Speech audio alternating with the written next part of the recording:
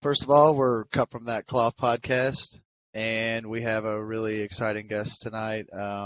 It's Doug Anderson of the show Fight Quest. It aired on Discovery Channel, and I believe it went on for 2 seasons, but it got cut off, I think, during season 2, which was such a shame. They traveled the world, Doug and another guy named Jimmy Smith. They traveled the world and would train for several days and then fight these guys in their respected style. How are you doing, Doug? It's great seeing you, man. I'm good, man. Thank you guys for having me. It's cool. It's fun to Yeah, take a trip down memory lane. well, yeah, we love to have you, man. It's great seeing you. Man, your experiences on the show was phenomenal. You went through a lot of ups and downs on there, it looked like, with injuries and different things, different cultures. So first off, we just want to talk to you about, how was your early life? How did you even find martial arts? Yeah, so I guess as far as martial arts go, my early life was pretty tough. I think some people I like tell people stories about my childhood, and sometimes people will be like, "That sounds really abusive," and I was just like, "Nah, man, that's just how we grew up, you know." Yeah, we grew up pretty poor, and I lived in some rough towns, I guess, and so fighting for me was just something that kind of always happened in life. But I had two older brothers, 8 and 10 years older, and they got the shit kicked out of them all the time. Like, we're little dudes. My family's a very bunch of small people. So my brothers were always getting their asses kicked, and my parents got real sick of it by the time I came around, and my brothers were sick of it, right? So from the time I was born, I was the little baby. My brothers would just beat the shit out of me, like they were just like training me from birth. And and my mom and dad had this like real tough attitude with me too, where they were like, if somebody starts with you, you need to beat them up, and if you can't do that, you keep trying until you do, right? I remember one time I got in a fight with this kid. I was always getting in fights, like, and I don't remember ever really starting them much as a kid, maybe a few times, but mostly it was like, just trying to do the right thing, trying to defend people or whatever. But I remember getting in a fight with this kid in the alleyway outside my house, and my mom was sitting on the steps watching, and I remember me and this kid we're like 6 years old, and we're just beating the crap out of each other, and I remember my knuckles were bleeding, and it hurt me more to punch him than it did to get punched. I remember thinking that, and I was crying, like tears running down my face, but I couldn't stop hitting this kid because I knew if I did, my mom was going to beat my ass. So it was like, you just got to stay in there, keep throwing punches until this dude gives up. And yeah, man, so that was kind of like, that was growing up for me. It was pretty wild.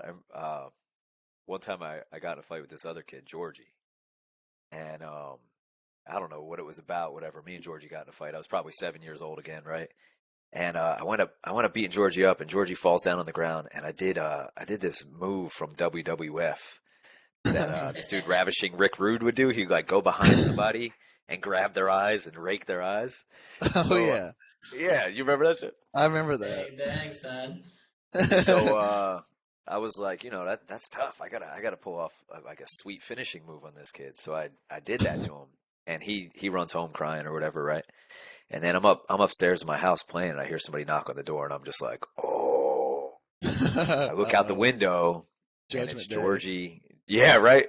Georgie and his dad are outside, and I'm like, oh man, I'm gonna get it. So I'm just like staying upstairs, trying not to get involved. I hear like muffled yelling. My dad's shouting. This guy's shouting. My dad screams like, "Doug, get down here!" So yeah, I'm like 7 years old, man. I run down the steps, a little tiny kid. My dad grabs me by the back of the neck, and he's like, "Did you beat that kid up?" Oh, yo, and Georgie's dad had a crazy eye. So I think he got like super offended. Georgie's dad had like one big eye, one little eye, like one was had like on his face. So I think somebody hit him with that Ravishing Rick Rude when he was a kid.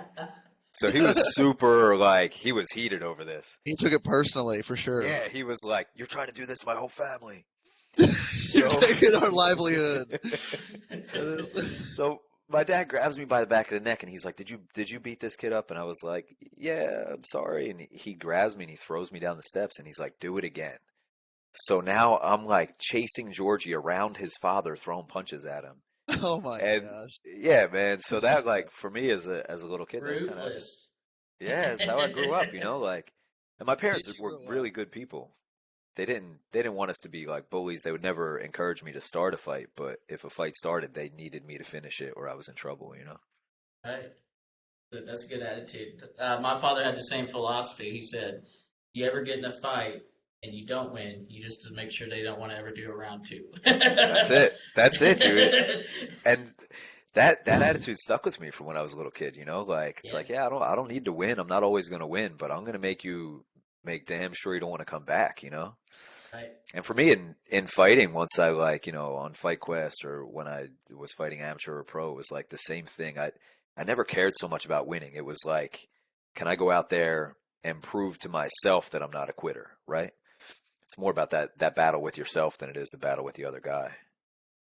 I Unless your mom's watching agree. and she's gonna whip your ass if you lose, then it's totally different. But I totally agree with you on that. You know, my parents was the same way. They didn't teach us to go out and be bullies, but you had to finish business when it came down to it, man. Right. That's just life, you know.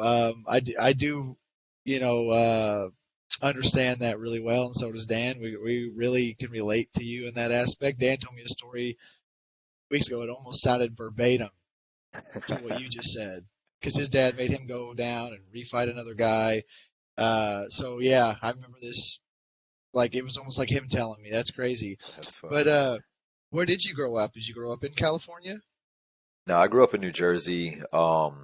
So yeah, I grew up mostly in this town, Gloucester, a little tiny kind of tough town, you know. And then we bounced around a lot. We were always moving. We My parents split up when I was like 7 or 8 or something like that, and then we just wound up moving every year or so. So we moved all over New Jersey, lived in North Dakota for a little while. Yeah, just bounced all over the place.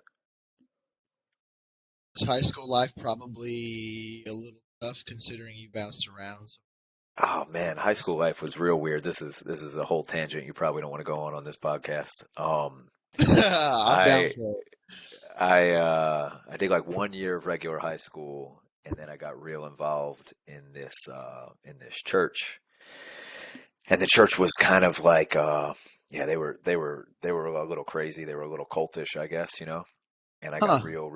real wrapped up in that. And there were some really good people in there. So I look back on it now like with like mixed emotions because there were some really great people trying to teach some really good things.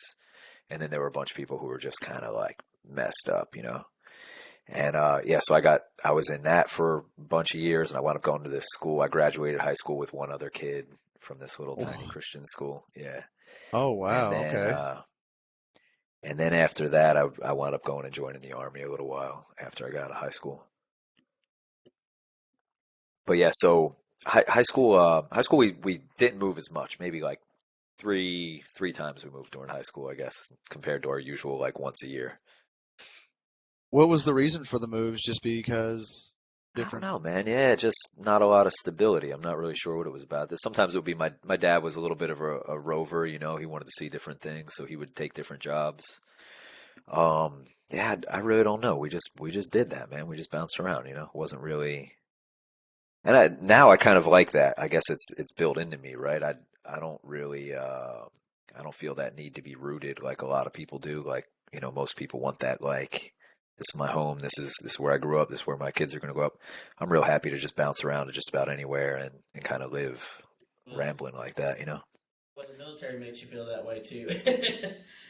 For sure, yeah, that just enforced Yeah. it. I think most of the things I did in my life just wind up like reinforcing these same kind of ideas, you know? And Well, maybe that's that what we do. does Maybe we make seek out sense. those things too, right? Yeah, that does make sense though, because you were not really shy from traveling, you know, during the show. You was willing to go wherever. I think ultimately it made you the martial artist you are. It that willingness to adapt and move to different places, meet new people, made you a social butterfly. It made you really, you know, personable. You could people can relate to that. I feel like, but that's interesting. That would be tough. So I guess high school sports, how'd that work out for you? Did you Uh, wrestle? Nah, no, I was always scared of the singlet, man. I always wanted to wrestle, but I was like, I Yeah, don't want to wear that thing, you know? I just went I to one of my friend's kids wrestling matches yesterday, and I was like, man, these some of these kids just look real weird in this singlet, and it's that thing always scared me away, dude. I always wanted to wrestle, super scared to wear that. that wiener hugger, you know? Yeah, the singlet. Honestly, you're not the only person that I've heard say like that's one of the main reasons why they didn't wrestle. And honestly, when I started, I was a little short, fat ass medic kid, pale as a ghost. So when I put a singlet on, I was smuggling grapes. I didn't Right. look good at all. It wasn't flattering, It's So horrible, man. You really feel bad for kids who just like, they just don't look great in it. Like nobody wants a picture of that taken, you know? You don't want that it memory. no, it was definitely tough. But so when did you see combat sports? I guess possibly while you were in the military. Did you do Yeah, so combatives? that was the first time I actually did anything like Okay. actually training, right? So I was always interested in fighting. I would box all the time, just like with my friends, though, never any like actual training, right? And then once I joined the military, what branch were you in, Dan? I'm in the army. Your army, yeah. So Yeah, I'm I still don't in know the how it army. goes now. When I joined, it wasn't as good of a combatives program as it is now, you know. So they did a little bit of jujitsu and basic training. So they taught us Yeah, like a rear naked choke. They taught us how to escape the mount. A couple other, you'd have like four moves, yeah, but because then that they carries break it on. down. Yeah, they break it down in levels now. Like where you're level one certified, all that stuff, like you're talking about. When you come out basic, you're level one certified. They say, like you said, with the simple stuff, things like that, and then it's all up to your unit funding if they have more money to send you to these other courses to become an instructor for the unit, things like that. The other Um, courses are rad now. You're like basically doing MMA, right? They have oh, pancration oh, tournaments and stuff yeah, now. yeah, they do. So some people get on like an actual traveling team where you travel to other posts and have competitions like boxing, MMA, kickboxing. It's kind of a big thing where you're on a team and you travel to different posts and challenge that post. They come to your Yeah, that's post, all super that cool. stuff. That's So awesome, man. That's rad. yeah, What Yeah, time so frame are we talking here? Is it like 2000, 2001 yeah, ish? yeah. So I joined right after September 11th. So it was like I was Oh, one of those okay. dudes who was like, go fight for your country, right? So Wow, yeah. okay. So, So then 2000 I joined, right? Was that 2000? Yeah, 2001. yep, 2001. Um, yep. And went to Iraq in 2004, spent like all of 2004 in Iraq. And I would say that's primarily probably what got me into fighting, right? So like I uh I I just I guess I've always been a little bit of an adrenaline junkie, right? But like fully realizing that in Iraq, like we'd be getting shot at and people be like running and some people are hiding. Everybody reacts differently, right? And I just sure. remember laughing all the time. Like there was one night there's an ammo dump got blown up on our base, so there's just millions of dollars of explosives are going off, like the most expensive fireworks show ever, and shrapnel's just like whipping through the air, and people are just running in terror. And a whole like I don't know what you call it, like a battalion of Air Force people had just come into the base that day, like brand new people, and they're just running, like grabbing their stuff, screaming, tears running down their face. And me and two of my Man. buddies are just running closer to the explosions because we want to get good pictures, and we're just like cracking up the whole time. So, like people are built different ways, right? And for me, I'm definitely built for excitement and adrenaline. And when I got home from Iraq, it was like I couldn't think of any options that were going to give me that same adrenaline other than like going back into the army or being a cop. I didn't really want to do either of those. Um, or Understandable. joining a gang. I didn't really want to join a gang. So it's like, what else do I have? So I just started fighting dudes in the barracks, like me and my buddy, we used to it would be like 10 o'clock at night. We would watch, I think it was like the first season of Ultimate Fighter was on. We would watch it, we get all souped up. We'd put on like some little shorts and we would go door to door in the barracks, knock on doors, and whoever answered, we would just start kicking them in the shins and then like run into the room, punching them, and start fights with everybody. It was so much fun, man. And then we Yeah. started doing What what's was up? your That's MOS? awesome. I was infantry, so it was just a You bunch of said meatheads. We were all just trying to, everybody was pretty down for somebody to start shin kicking them when they opened the door. okay. Those are Yeah, my type of people. I'm a combat engineer, so we're known as the people that like to drink. So You guys are like part infantry though too, right? At least when I deployed, all the combat engineers you guys were just smarter infantry, pretty much. You were yeah, so doing our everything we main did. like as a combat engineer, our main things like they put a lot of training into demolitions. So it's kind of like infantry, but kind of bomb knowledge of making Right. explosives, determining all that stuff. So that's basically, yeah, it is kind of the same, but I mean, the infantry is always going to be the infantry, you know. They are the they are the front line. So, Yeah, just a bunch of morons, man. I appreciate you doing what you're nah, doing, man. nah, we appreciate the infantry, man. We really do. They get a lot of heat and all that stuff, but hey, it's an honorable position for sure. It's not the chair force. Right, right. It was fun, man. We had a good time. And then we I started mean, doing like Tuesday night fights. We would everybody in the barracks would come out and we would like get boxing gloves and just beat each other up in the hallways. Nice. And yeah, I was mostly getting beat up then, you know, like I didn't know how to fight. So a lot of these dudes would just whip my ass, but I knew I was enjoying it, right? Even when I was losing, I was like, this is fun. This is like you cool. knew this is what you wanted to do, kind of like, even though Yeah, in a I don't think way, I knew it yet, but there was something inside me that loved it, right? And needed it. And that's cool. I think for me too, and I didn't even realize this at the time, man, but so when I got out of the army, I got home and I started fighting, was just so addicted to it. And I didn't realize it until probably a few years later. But it was like it was my therapy, man. You I know, can relate to that. yeah, I never went to a therapist. I never went to a psychologist. And I'm not saying they're like, go. If you need to speak to somebody, if you need help, do it. I didn't think that I needed help at the time, right? But I had issues. I had a lot of guilt, a lot of like, yeah, guilt primarily, you know, and fighting for me was like such a soul cleansing thing. Like to hit and to be hit was incredibly purifying for me to like leave the gym every night to be completely exhausted. You guys know that feeling where you're just drained, you're dead, you felt like you left everything there. I felt like I was leaving a little bit of the things that I was ashamed of or felt guilty for behind with it, right? And that when I was leaving with bruises and bloody face or whatever, it was like this is my retribution. This is what I deserve, right? And whether or not any of that's true, it was true for me, and it helped me so much, man. Like I think without MMA, I probably would have been like a way less healthy person mentally. You know, Yeah. super.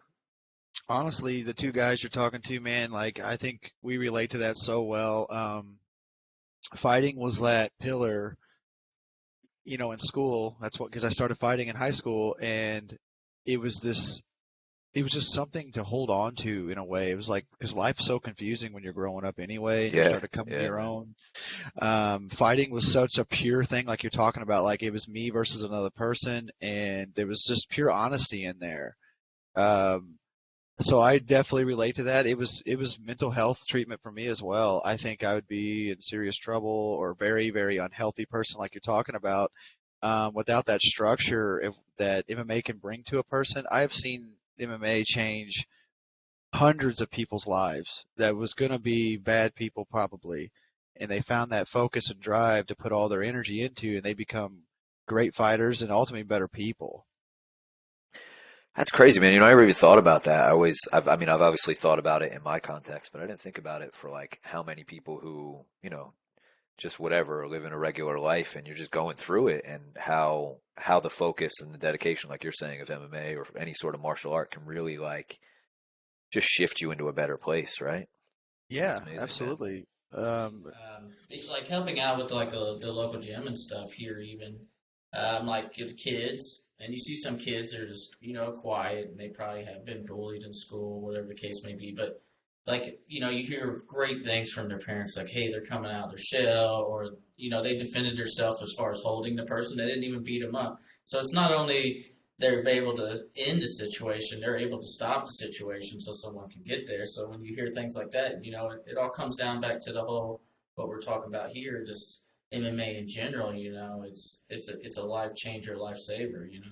And rather you do it professionally or if you even have like a scheduled amateur pro fight, just having that basic knowledge of defense, offense, change your For life, sure, man. man.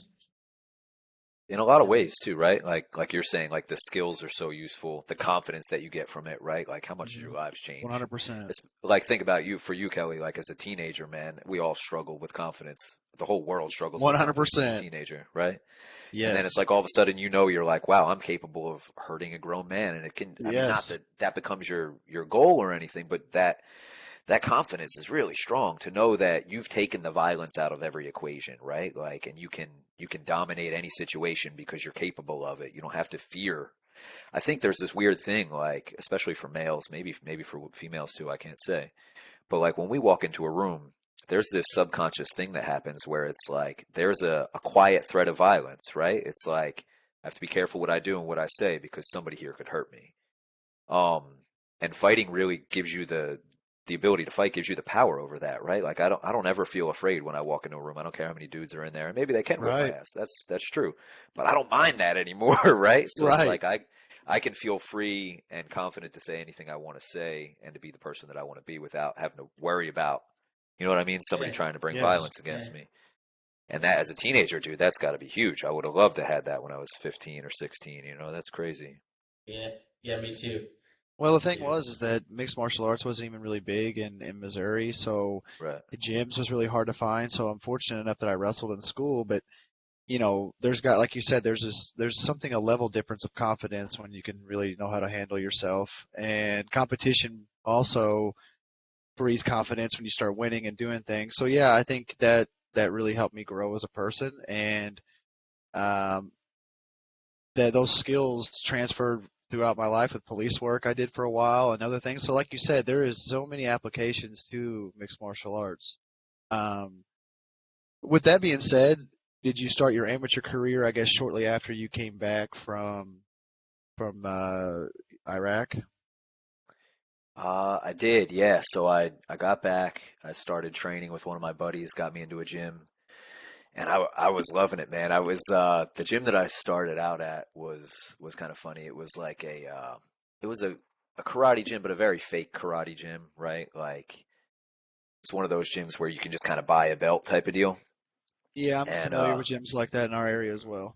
they're everywhere, right? So They are. you know, and I don't mean any disrespect to karate because I've met some real bad karate dudes who could beat For you up, right? sure. Oh For yeah, They're out sure. absolutely. there, and it's a real thing. But there's, you know, it's just like anything else. There's these watered down versions of things, right? And so I was going to one of those gyms, and man, I was like cleaning up in there. I was beating black belts on like my third day, and I'm like, wow, I'm clearly like, you know, I'm an MMA god. I was designed to do this. So Where's I my think belt? right, dude. I was set in my brain. I was like, I'm beating up everybody in this gym who's my size, or even some of the bigger guys. Like, you know, I must be some kind of a prodigy. So I signed up for this. I signed up for an amateur fight in Virginia. It was like I don't know how long I've been training, maybe 2 months or something ridiculous, where I had no business fighting anybody. Um, and I drove down to Virginia with. I didn't have a coach. I had like a 16-year-old kid from the gym who knew some stuff, but he's just come along as my hype man. And one of my buddies came and we drove 6 hours. I paid $60 and I got that shit kicked out of me. Like this guy just whipped my ass. And I went there fully thinking like I didn't even train hard because I was like, I don't even need cardio. I'm just gonna put him to sleep, you know? And this dude took me down. I didn't even know how to defend a takedown. I couldn't even tell you on like I couldn't explain to you how to defend a takedown. Not just that I couldn't do it. I had no idea how to do it, right? So this guy just took me down, mounted me, and punched me in the face. It was only a 2 round fight. I think it was 2 3 minute rounds. And like I would say of those 6 minutes, I spent 4 minutes and 45 seconds just like giving the On ref your the back. thumbs up, being like, "Yeah, I'm on my back, getting punched in the face." The ref's like, "Hey, do you want me to stop this?" And I'm like, "No, I'm good." I was mangled after that fight. Pretty sure he broke my nose. I had two black eyes. I was man, that dude just beat the crap out Dang, of me. son. And he was a good fighter. He did pretty well in his career. I forget his name, but he did pretty well later. But yeah, that dude beat the crap out of me. But that was to me that was the best lesson I could ever learned. Right? Yeah, I was gonna say, what kind of a learning experience was that? You know what I mean? Like Dude. you have this thought in your head, I'm gonna go in and clean house, and all of a sudden, wrestling's non-existent in your mind at the time, probably, and then he Yeah, shoots in on you, and you're like, oh crap! I can imagine how, that was a serious probably wake up call, probably a little bit. for sure. We all In have to every have way. them. Yep, and I needed it, and that as far as my fight career goes, that's the thing I was most grateful for, right? Like, other than getting on to be on Fight Quest, like that taught me so much. That taught me the value of hard work and fighting. It taught me to never underestimate anybody, never to overestimate myself, right? Like that healthy 100%. confidence we were talking about is useful, man. But like when you just have that helium confidence, that blown up fake confidence, that's nothing. That's not helping anybody. And yeah, big part of that fight too. A lesson that I learned was just I was just exhausted. I couldn't even bump to get this dude off of me. And forever after that, I would never let cardio be an issue for me. You know, like if I was fighting, I was going to train my ass off to make sure that I didn't lose to myself in that ring, right? Yeah, I totally can understand that too, man. Yeah, I relate to that first match as well. I mean, I feel like fighting is like we were talking about, it's so pure and honest that it's a real self-evaluation. Like you're gonna Yep. find out exactly what you're made of out there and what you got. And I've seen tons of guys with plenty of heart. They just didn't have some of the skills. So they would take beatings like that. And I'm like, man, if they could figure out how to stop a takedown, them dudes are gonna be tough. It's just that wrestling is one of those things, man. It's a great base to have. Without it, It's I feel like dominant. It's so dominant. Yeah.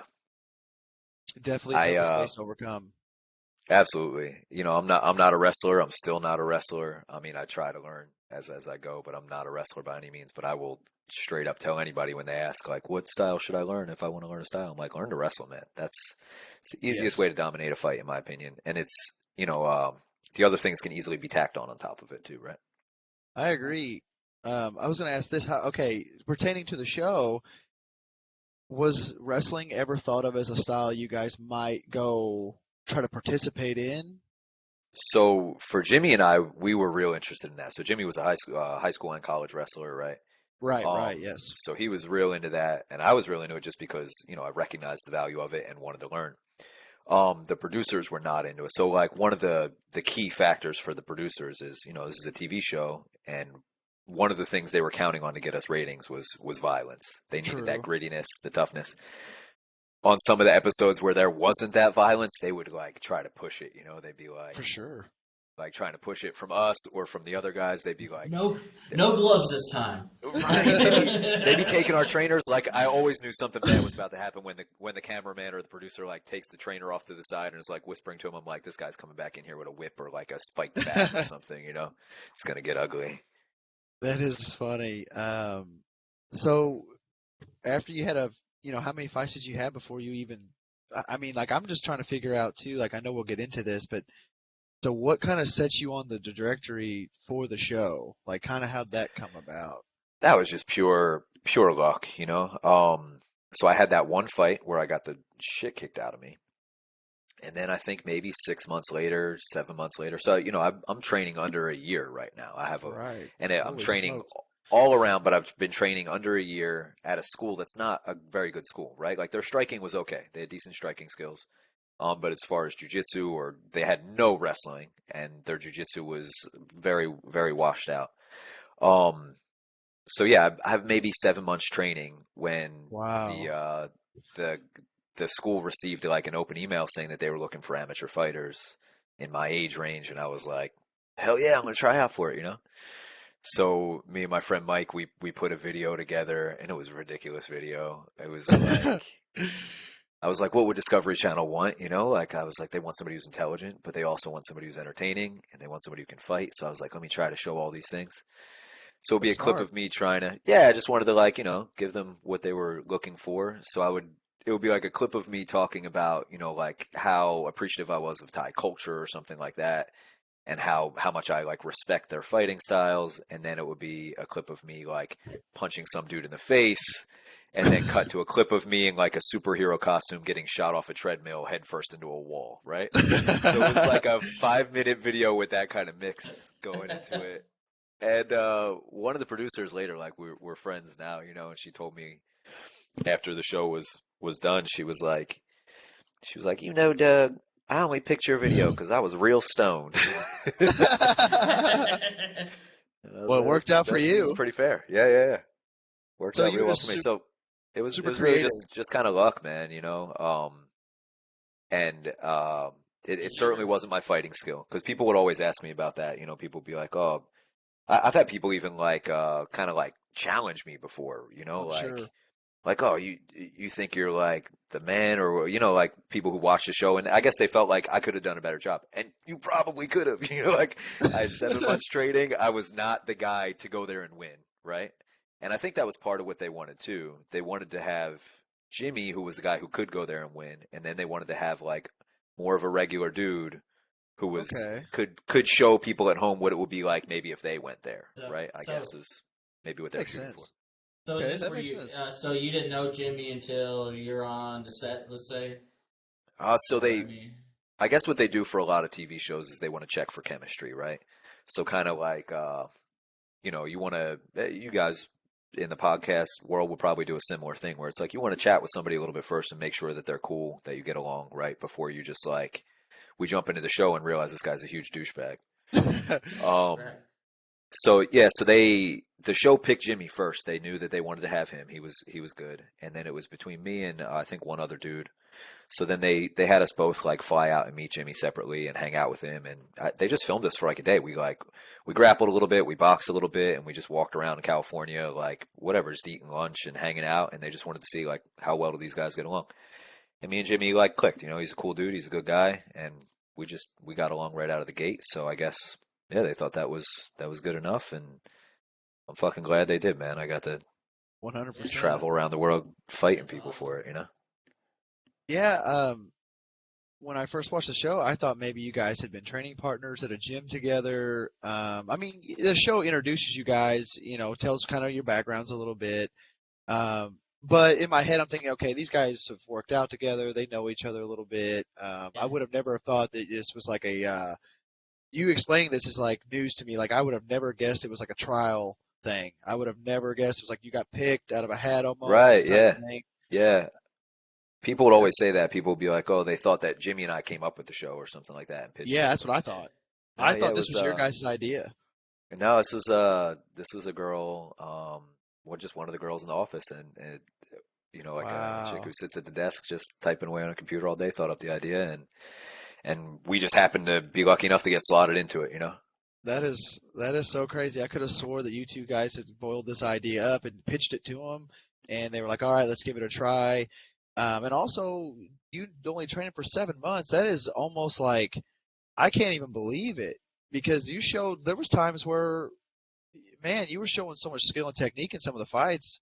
And we'll get into Bro, that, but I just couldn't believe it really. Now that you're telling me that, that's wild. bro, it was terrifying for me. So we would go and train for we'd go to each country for maybe 10 days to 2 weeks, and then we'd Okay. have 2 weeks off in between. And I would just, our first episode was the Philippines, which was like a meat grinder, one of the hardest things I've ever done in my life. And I was like, we got to film like 9 more of these. And I almost died on the first one. Like, I went home and I would literally train for like 6 or 7 hours a day, just doing everything I could. I was like in Terminator mode. Like, I need to be good. By the end of these 2 weeks, I need to be twice as good of a fighter as I am right now. It was like panic desperation training. It's like if somebody called you right now and was like, "Hey Kelly, you got to fight in 2 weeks." You know what I mean? You're like, "Shit, I got to get into shape, right?" Right And away, it's a cluster. Then you're like rushing, right, trying to piece it all, like cramming for a test, basically. dude, that's what it At was. that I was point, trying to learn. I was trying to get cardio. I was trying to get technique, like, and all with this like pendulum swinging over my head of like some dude in another country is about to whip that ass, son. You're about to get fucked up. so I thought the first episode was actually in China. According to the list that I found on the internet, it said you had kung fu first, but No, um, yeah, our first episode was the Philippines, and the Philippines was to me, that was my favorite episode just because of how hard it was and yeah. how different it was too, right? It was like just really scary. That one for sure to me was like there was so much adrenaline involved in that. Um, Which but yeah, that style one, that one did was you tough, do? man. And so Philippines, it was Philippines was Kali. stick fighting, Kali Eskrima, yeah, and it was cool, man. The dudes that I trained with there, the guy that I trained with, was I'm pretty sure I'm not even, yeah, I'm positive he wanted me to lose, right? So he was just training me to lose to one of his top students. And so I was just kind of getting set up. He was just trying to wear me out. And it Oh was, it was a shoot! week of me just getting like him just abusing me in every way that he could to try to break me and then go into the fight with very little knowledge or skill at all. Which was that's what happened, but I didn't break and I still did okay in the fight. I I lost that one. It was a three. Yeah, it was like three sections of that fight. There was the stick fight, a knife fight, and then Yes. a slap boxing match. So the stick fight, I felt like I did good in the stick fight. We were pretty even. They gave it to him. The knife fight, he destroyed me. I'd never even trained with a knife. I never touched one my whole week of training. They never gave me one. They never talked Oh, about it. So oh they man. like, I just get pushed into the crowd. And my coach, when I get pushed out there to fight, I'm like trying to look for my coach to be like, what am I supposed to do with this thing? My coach is on the other guy, my opponent's corner, giving him advice, right? So Oh it's my, like, all right, well, I'll just try to do what Jimmy did, you know? that's hilarious. So basically, you were set up to lose to make them look better, probably, I think right? that's what he was shooting for, right? Yeah, he wanted to make his system look good or He's whatever. like, about to be on Real, TV. real weird strategy on his end, you know, but whatever. To me, it was cool because it made an extreme challenge for me, you know. I was just telling this story the other day. It was like one of the hardest days of my life, I think, was in the Philippines. So it was the first day of training. Yeah, so this is my introduction to Fight Quest, you know, as far as like what it's going to be about. I have no idea what's going on. I'm sleeping in a treehouse. The producers come and wake me up and they're like, "All right, man, time to go film our first day." I'm like, no idea what's happening. I'm walking up this hill. We get to the top of the hill and there's chickens hanging from trees. They tell me to go grab a chicken. I grab the chicken. The fucking thing's alive and it starts freaking out. Then they give me a sword and they make me kill the chicken. And they douse me in its blood. And the dude, Man, the I could Tuhan, not believe what I two, was seeing. it's crazy, man. The Tuhan starts beating me up. And, you know, he beats me up and I'm just like, I just got to eat it. You know, he beats me up for like a half hour. And then it was just like Crazy, the man. hardest, the hardest smoke session I've ever gone through. And it's funny, you know, like when you watch this stuff on TV, like I've watched the Philippines episode and I'm like, I remember when I first saw it, I was so angry because this smoke session that I went through where they're just like putting me through the physical training grinder took 6 hours. It was a Oh three my hour session gosh, dude. and then I got like a 20-minute break for lunch and then another 3 hour session. And it was literally like, I'm not trying to whine. It was the hardest thing I've ever done in my life, you know? I was like reaching muscle failure in every muscle in my body and like It multiple looked times over terrible. and over again. It was brutal. And on the show, it's like a 30-second clip, and I'm like, God damn, I was there for 6 hours. I need Oh a time lapse. I need everybody to know how long this went on. Um, my.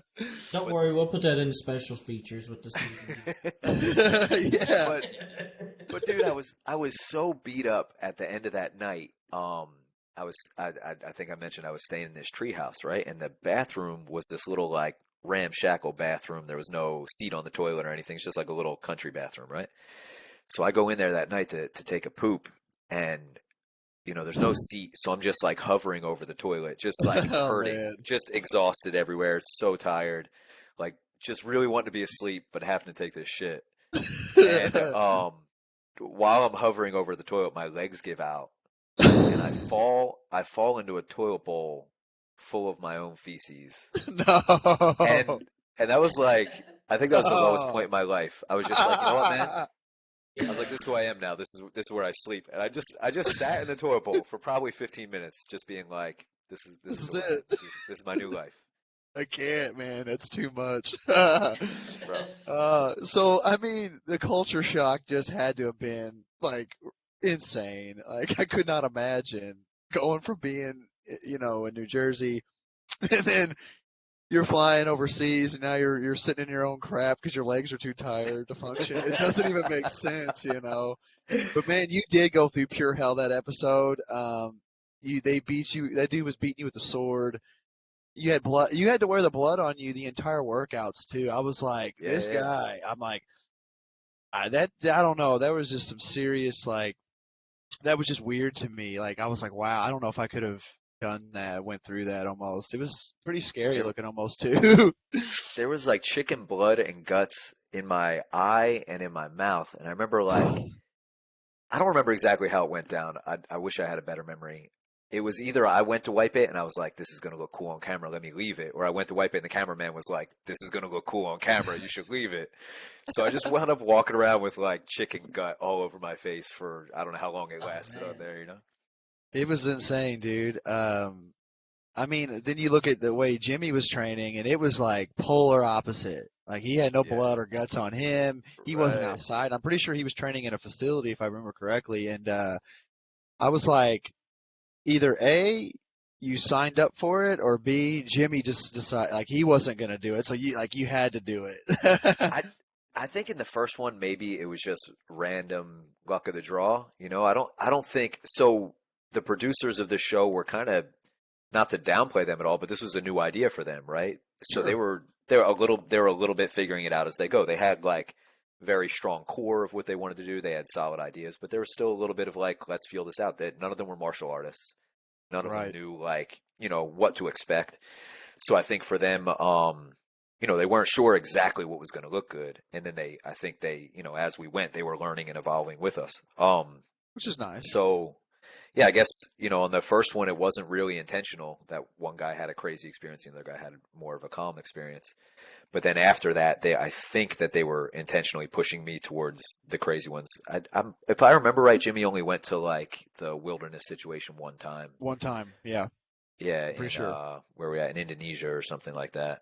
And it would just always be some weird ass training going on when you're in the woods or the jungle. You're like, yeah, you're getting chicken blood on you, and I guess they just knew I would eat it, and Jimmy would be like, "No, I don't want hepatitis," right? So, um, for me, it was a point of pride to just be like, I'll take whatever you throw at me. For Jimmy, it was more like, I'm not an idiot. I don't want to get weird bloodborne diseases. Leave me out of that. So, that's how they wound up dividing us up, I guess, after that. So you guys stayed for 2 weeks. The show kind of says, you're there for 5 days, you train for 5 days, and on the fifth day you fight. But Yep. you were there just a little bit longer, probably deal with jet lag and all that stuff, I'm sure. Yeah, so we would, I don't remember exactly how it would break down, but we would only train for 5 days. Sometimes Okay, it would only be 4 days. But we would that's do true. like, go there. The crew would have to film a bunch of stuff without us, right? They'd have to go what they call B-roll, Okay, like filming the cities, filming the jungles, getting all that kind of footage. Because we would have a really small crew. It would only be a couple cameramen, like sometimes only two to four cameramen usually. So, they would have to do a bunch of work before we started actually filming our chunk of the show. So Jimmy and I okay. would usually get like, yeah, maybe 3 days to hang out and kind of acclimate. And I would just be trying, still trying to get that training in as much as I can. So I'd be getting up every morning and running and shadow boxing and trying to do anything I could to become a better fighter while the clock's ticking down. Yeah, And that totally makes sense. then they would usually give us a few days at the end too to kind of like wrap He'll up, Recover. maybe heal recover up. a little bit. Yeah, heal up a little bit, and then if like if there was a rain day or somewhere where we missed, we'd have days on the back end to be able to make up for it. Okay, so Philippines was your first episode, so where did you guys go next? On my list, I have Japan. Okay, so probably, yeah, that sounds about right, except I think they just switched the first two. So the next one was China. so, Um, Oh, okay. So you guys went to China next and did kung fu there then. yep, so yep, yep. this, so based on the season that they showed, like, is it because Kelly Park? What you got? Did they switch it around? I know that was your first one, but did they not air the Philippines first, or was that the first third Oh show? yeah, they might have. I don't know, man. I didn't even actually watch all of the shows. So I don't know. I Yeah, I they mean, might I'm have sure put they China filmed them first. all and then kind of moved them where they wanted them. Right. I think Yeah. we were still filming when the show aired, but we were like way on the back end. Like there were 13 episodes. I think we were on like episode 8 or 9, maybe something like that when the show uh, started. We were filming 8 or 9, maybe when the show started airing episode 1. So yeah, they might have switched the orders around as they aired them. I'm not sure. Yeah, because on But here on Wikipedia it says China, then Philippines, then Japan. So it probably was just those two switched. So you probably okay. So when you guys went to China, I mean, how much different was it from the Philippines? I mean, you're going from one place to the next. You're trying to deal with the different cultures, different food. I'm sure. I mean, how was that? I mean, the food probably the differences had to be just so different compared to those I, two. I love that stuff, man. I love all the like cultural exchange. I love seeing new places. The weirder and stranger, the more different it is from what I'm used to, the cooler it is to me. Maybe that comes from like we were saying when I was a little kid moving around all the time. But yeah, I love those new experiences. So new foods and stuff were always fun to me. Um, Cool. in China, I wound up getting worms though.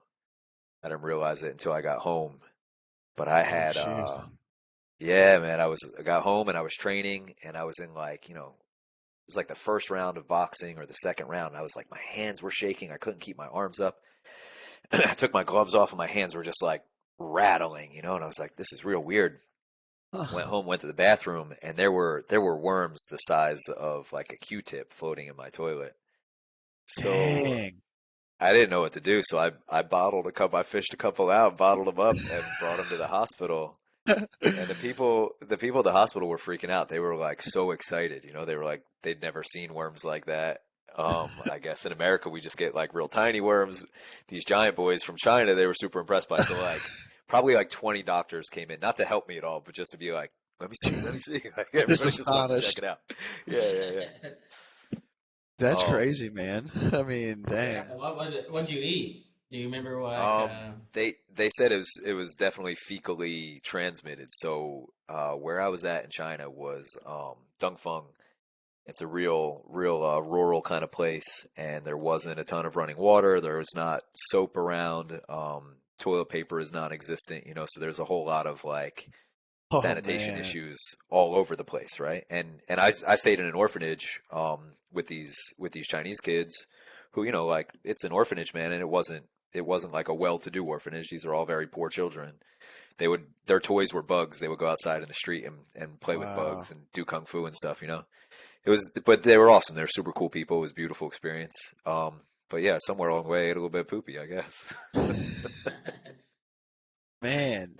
So, what did you think of the kung fu art itself when you were learning it? I mean, did you feel like this is applicable? Is this something that I want to use one day?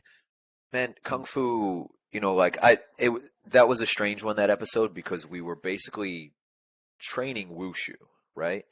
Which is it's kung fu mixed with gymnastics, right? So we were training Okay. wushu, and that's not really applicable in a fight. We were scheduled to fight a sanda fight, right? So we're doing a kickboxing match with some wrestling, throws and wrestling, right? But we were training for wushu, which is more of like a performance dance art, and it's beautiful. And it was amazing what these kids could do, you know? Like we would go out to train every morning, and it was like kind of like football practice. Like all the kids would line up, and I'd be at the back of the line, and it would be like go. And at first we do sprints, and then we do whatever, like power jumps.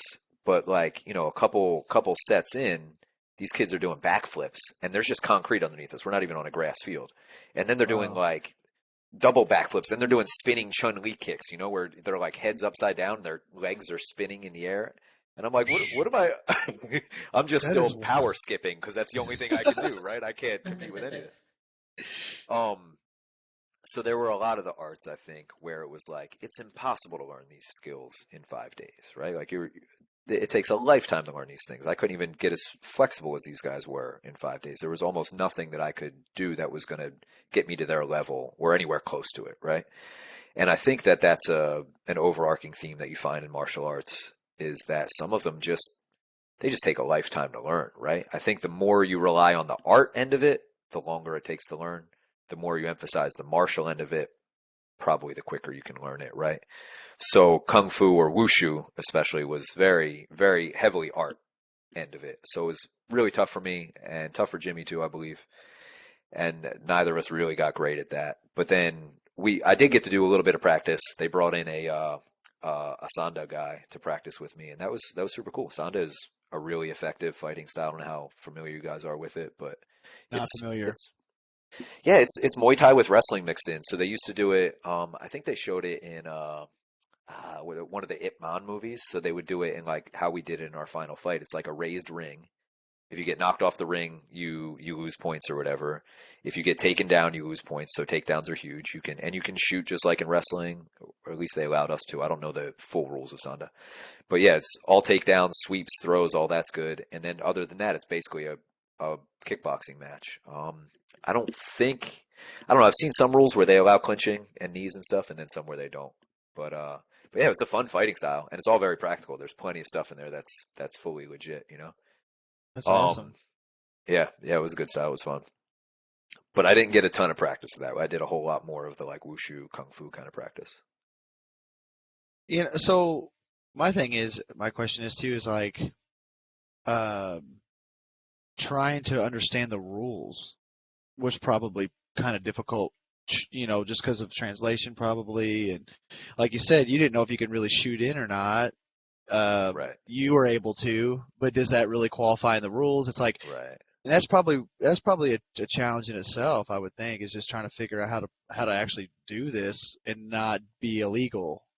For sure. Yeah, like not to sound whiny at all, but there's a lot of hurdles, right? There's a lot of things. You have 5 days, so it's like you're training really hard, so you're exhausted, you're beat up, um, and then you have a lot of stuff to learn. So you have to learn not only these new techniques, and you have to you're trying to really use these techniques in the fight, right? At least Jimmy and I Right. did. That was we wanted to respect the style, we wanted to respect our coaches.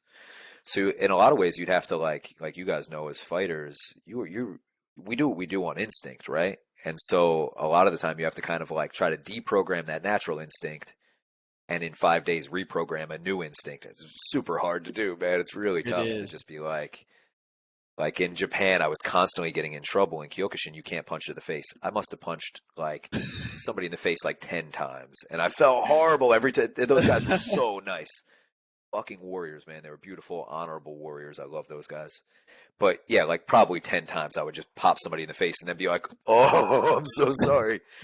And they were super graceful about it. They were cool, but it's hard to deprogram, right? Like we train to do these things on instinct, and then to say that you can't do it or to say you have to do something totally different is it's tough. Yeah, it was difficult. Yeah, Dan, probably can understand this as well. So, most fighters can. It's like, you're trying to revert back to what you do best, but that may not be what's going to be okay in the Right. fight.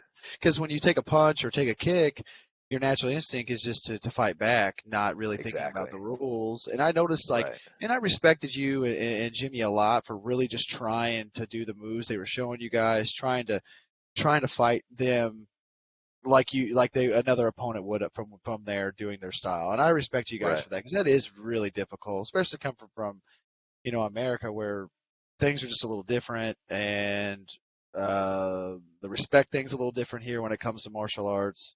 So it's like you're trying to play by the rules and respect them. And I really thought highly of you guys for doing that. Because that is tough. That's real tough. Yeah, it was, man. And that was a recurring theme, right? It was like constantly had to try to force ourselves to play by the rules. And for Jimmy and I think most of the time it was more about respect, right? We just wanted to show respect more than we wanted to win necessarily, but we did want to win too. For It's sure. tough, and Yeah. it's like you say, man, when somebody punches you in the face and the whole You're world starts getting fuzzy, it's really hard to not just be like, well, now I'm going to do what I know how to do. and But get you instead, back. you have to be like, all right, well, let me throw this weird punch that I'm not comfortable with instead. It's very tough. And you would see us constantly reverting and being yelled at or yelling at each other for reverting, right? Because you're just going to do what you know how to do when you get scared or when you're in trouble. And the truth is, like, I was 25 at the time. I probably would have said, I'm not scared when I was filming the show. I probably would have never admitted the fear. But the truth is, I was terrified, right? Like For every sure. fight. I'm going to these situations where I don't know what the hell I'm doing. I barely know how to fight in the style that I've started in. I certainly know how to fight in Penjak Salat or Aikido or whatever the hell I'm doing. I can't even pronounce a lot of these things, and I'm going in to fight a dude who's really good at it. I'm terrified, and you add that fear in, and man, there's just so many things that were running through our brains, and so many different pressures and stuff. Like you don't want to look stupid on TV. You don't want your trainer to feel like you're disrespecting him. For me, there was like I lost a bunch of them in a row, and I was like just getting like overwhelmed by the losses, being like, man, I don't want to lose again. I need to win one, right? I need to like show that I can do this. So it was a lot of those like yeah, a lot of difficulties there. I think somewhere along the way I realized what it was that I was actually afraid of, and I was able to beat that fear. And that to me was probably the best experience that I got out of Fight Quest. And I realized that what I was really afraid of, and I think what most fighters are probably really afraid of, is shame, right? Like Yeah, man, probably. we're all used to getting punched in the face. We're all used to getting kneed in the body, and that's not like a thing. I don't care about that anymore, right? Like that doesn't scare me. But I think the idea of looking like an idiot Yeah. is That's more of it terrifying than to a lot of anything. people, The right? embarrassment. Yeah, right. So I think somewhere along the way, I don't remember when it was, but I recognized that like, hey, I know me and I know I'm going to do my best. And if I do my best, there's nothing to be embarrassed by, right? Like that other guy might beat me. God bless. He's better than me. That's fine. There's no shame in having another man be better than you or anyone be better than you, right? I got beat by a 17-year-old girl in Brazil. She choked me out in jiu-jitsu, and I don't have any shame about that. That girl was amazing. She was really good. The and I have no reason, I don't think, to ever feel shame in a loss as long as you know you gave it your all, right? That's what it's about. Yeah, That's why I I was saying agree. earlier, like it's about competing with yourself more than it's about competing with anybody else. And once I recognized that, I think like the fear kind of evaporated for me. Not that there wasn't still some nerve or whatever, but not You should nearly the have same it. level that there was before. Yeah, you need it. You need that edge, right? But yeah, it Yeah, dissipated this is so much. the fear of people's opinions and the fear of people's perspective and what they think of you is really, like you're saying, is what holds athletes back more than anything. I think people are afraid of ridicule. I think they're afraid of failure, but they forget that failure is what builds character and what allows you to get better. There's growth to be made if you come up short. Um, Absolutely. but it is hard as fighters, man. You're on TV in front of people. You could get knocked out. You can get submitted, and that thought's probably always going to be there. But overcoming that fear, I feel like, is the biggest thing about fighting. You're fighting yourself. It's all in between the ears when it comes to any type of combat sport competition. And I feel like the show you guys did really shows that too. It really shows that there's a lot of inner battle there, more so than just the physical side. You're having to overcome the culture. You're overcoming the style, and now you're having to overcome the fear of not really knowing the style. So like you guys really showed just that you can overcome any obstacle. You're in a different country even. That's what's crazy about that. I think that's so cool, and it's another thing, like we were saying earlier, about the benefits of martial arts, right? Is it what's that? There's a quote in Fight Club where they say once you start fighting, the volume on everything else gets turned down, 100%. and I think that Yeah. that's so true, right? Like, I'm sure it's true for you guys in your lives. It's like not everything, fighting aside, just not being afraid to fail, right? Like fighting Right. teaches you that being afraid to fail is irrelevant. You don't need to be afraid of failing. And if you can learn that on that stage in front of all those people, then how much easier is it to fail in your private life where nobody's going to witness it, Yeah. right? Like, Yeah. We man, I've me and Kelly discussed this a lot. There's like we've talked about people like who we'd like to get on and all this stuff, and he's like, "Oh, I don't know, man. I don't want to bother him." I'm like, "Well, what's the worst they could tell you is no." You know what I mean? And we just yeah, continue on doing our thing. So like we've talked about it, like as far as getting this thing started, things like that. And and he's like, I feel like in Kelly's head mind, he's like, you know what, you're right. What is the worst thing they can tell us is no. So exactly. we started networking and stuff. And he's like, hey, man, this guy wants to do it. Yeah, he said he's down. Like, and he's like, but that thing in your head, like you said, about the fear of rejection or embarrassment or whatever. Like, when I told him, like, what's the worst to tell you? No. And, we have had people say no. We've had people say yes. And, that's just how it goes. But the thing is he went out and did it. That's what So, it is, man. It's just you can't be afraid to fail, right? And I think, yeah, fighting's martial arts. You have to fail. If you're going to do martial arts, you're going to fail, and you're going to fail in some epic, painful ways. And it just helps take away 100%. that fear. yeah. Like the worst you're going to get if you reach out to somebody, like you reach out to me, I tell you to fuck off. You don't lose any teeth over that, right? You're just like, ah, that Right. guy's a Yeah. dick, All and you right. move on, right? Yeah, no big deal.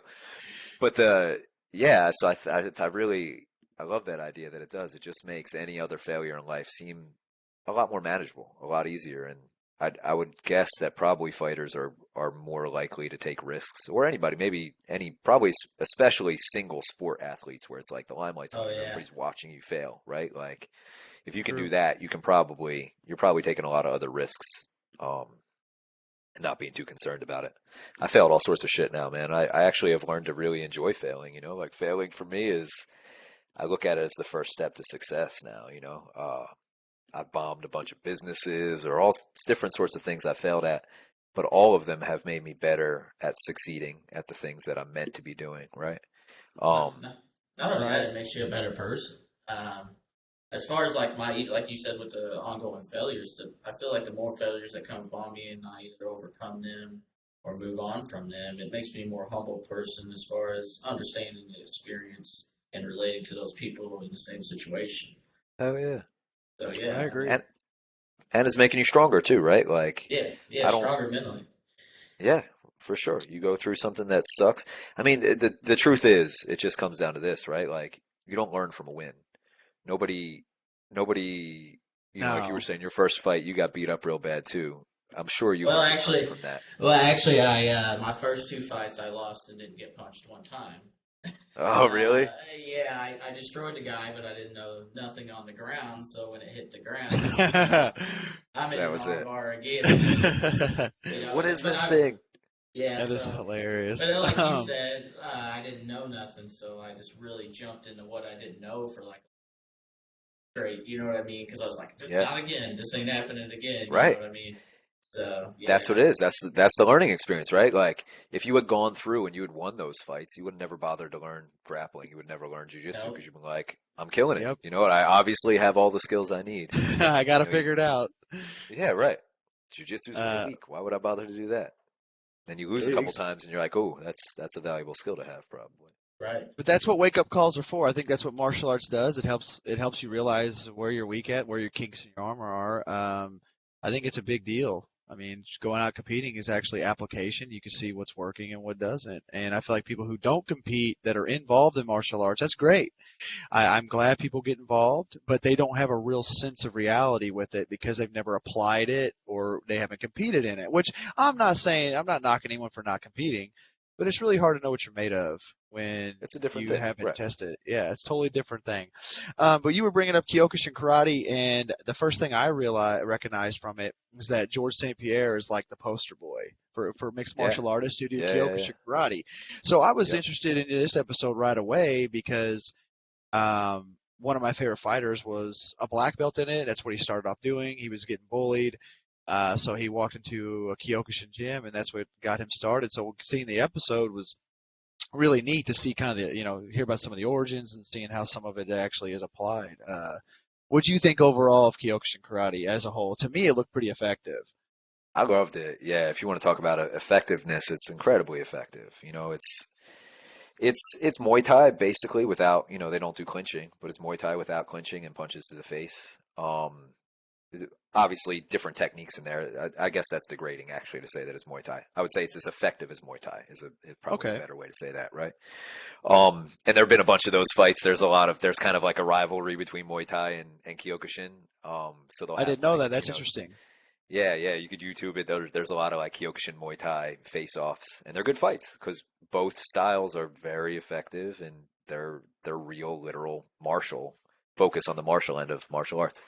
But I love Kyokushin too because there's a lot of cool like just lore and tradition in there, and they are mentally probably the toughest style that I've been in. Man, they are just dogs, and they don't They they don't are. mind getting beat up. They're brutal. Do you guys know about the kumites that they do? I think we talk about it in the show. I think didn't you do a 10-man kumite I at did the a I did end? a 9-man. Nine I man. did a Okay. 9-man. They didn't show that on the show. They show a little bit of it. It was brutal. That was like crazy, man. I did a 9-man for 1 minute each. Their Right. their black belts do 100-man kumites for 1 minute each. And these dudes, it's not going soft, man. They're like No. they're beating the shit out of each other for 100 minutes. And I think in the 100 minutes they allow them a couple breaks, but it's like you get like 4 minutes of break or something throughout the. I, Wow. I I don't know the exact numbers, but it's insane. So their black belts are they're savages, man. Really, really mentally and physically tough dudes. And you can tell they're black belts because like they all walk around like their whole body hurts, because they've And just they probably do. yeah, they've just been like punching blocks of ice and punching trees and stone. Like they are like the literal definition of a warrior. When I think of a modern warrior, I think of those guys because they are just hard, man. They dedicate their whole lives to being good at this combat. Um, Fight looks brutal. The guy, you and Jimmy look like you go through pure hell than what they show. I mean, you guys are getting punched, and I think you both got dropped with head kicks. I'm pretty sure. I'm pretty sure yeah. you both got hit with head kicks and went down. I'm like, and then got back up and kept going. I'm like, these bastards they're savages, man. Like for even being in this. So I was mad when the show came out because they cut out a whole chunk of like what happened to me because they said it was anticlimactic. So in the training, in our final fight for Kyokushin, we had to fight 5 guys in a row. Right. So in the training for that final fight, um, my teacher had me fight 9 guys in a row. But it was a full on. There wasn't like a light spar. It was full on. So I had 3 dudes that I was training with, and they were just cycling in and out. And the one dude was like the national champ, a heavyweight national champ, Goon. He was being nice to me. He wasn't hitting me as hard as he could, but even like he was 205 pounds, and his light kicks to my head were still knocking me unconscious, right? Um, so I think for like the first 3 rounds, I was pretty good. By round 4, I'm tired, and these guys are just starting to kick me in the head. So I got knocked out in that. They don't show it on the show, but I got knocked out probably 3, 4, 5 times. I don't know. I lost count. God dang. They But it's do like show one where you get head they kicked should. and it explodes your ear. Like you get cauliflower from the kick. It bruises your Yeah, ear. yeah, yeah, yeah. And I'm thinking he's got to fight in like 2 days or a day, or I can't remember exactly how much time you had left. I'm like, dude, how is he gonna fight after being kicked like this in Dude, the head? so I got kicked like that so many times, and I was knocked out at 3 to 5 times. I don't know. I lost count. Not like knocked out cold, but flash knockouts where I went down and Dropped. I'm dropped and I'm waking up with the Shihans just beating me with a stick, yelling at me in Holy Japanese. sh! There was one point where I woke up and I didn't even know where I was, dude. I just looked down and I see that I'm in a karate gi and I see there's a guy in front of me with his hands up. So I'm like, I guess I'm in a fight. So I just start swinging at this dude and I keep getting knocked out. At the end of this, right? Finally the 9th guy's done and the cameraman comes up to like talk to me. I think it was Andy. He comes up and he's like, they would interview us about our experience or whatever. And he asked me some question and I'm just like, we've all been here before. And he was like, yeah, but like, how do you feel, Doug? And I'm like, everything exists at the same time. And he's like, what the fuck is wrong with this kid? So we go to lunch. We go to lunch and dude, I'm so concussed. We're like sitting at lunch, everybody's eating some udon and I just get nauseous and my left eye turns off. Like it just Oh, stops working. dang. Like it didn't swell Dang. shut. It just like my brain was just like, nah, Just we wouldn't don't need work. that right now. Yeah, just turned it off. And Whoa. yeah, I was super concussed, man. Then they like drive us to the bottom of a mountain. I'm like nauseous, blind in one eye. I just eaten probably like 60 leg kicks, like hard leg kicks. They drive us to the bottom of a mountain and they're like, all right, you got to run seven Oh or eight or yeah, 9 miles up, I remember. Yeah, dude. your And I'm legs trying to like, melted. yeah, dude, my leg is destroyed. I like want to vomit with every step. I can't see out of one eye.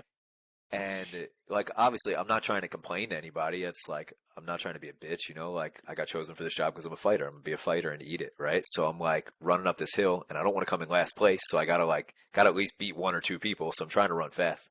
And the cameraman is driving in front of me with the bus, and the bus is just like pumping fumes into my face. Oh And he's man. he's like leaning out asking me questions. And I remember him saying later, it was this dude, Robert, he was like, that was the only time I've ever seen Doug be an asshole.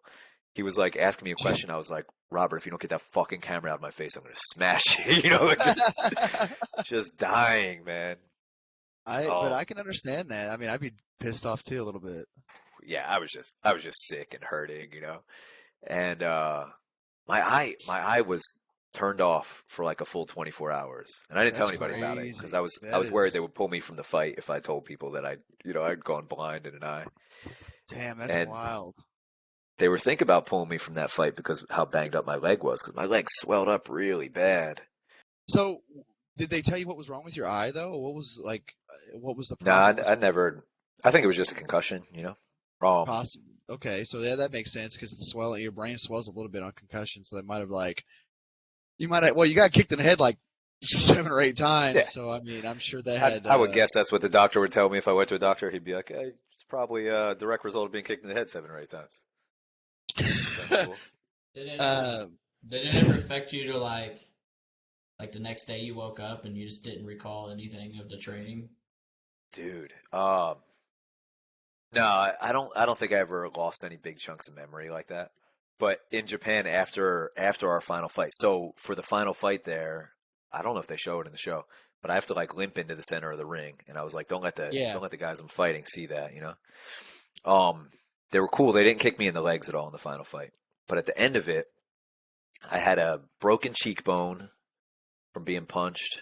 I had a broken knuckle and a leg I could barely walk on, and my face was doing this thing. I don't know if you guys ever had this, where if you break your cheekbone and you like go to blow your nose, your face just Oh, inflates.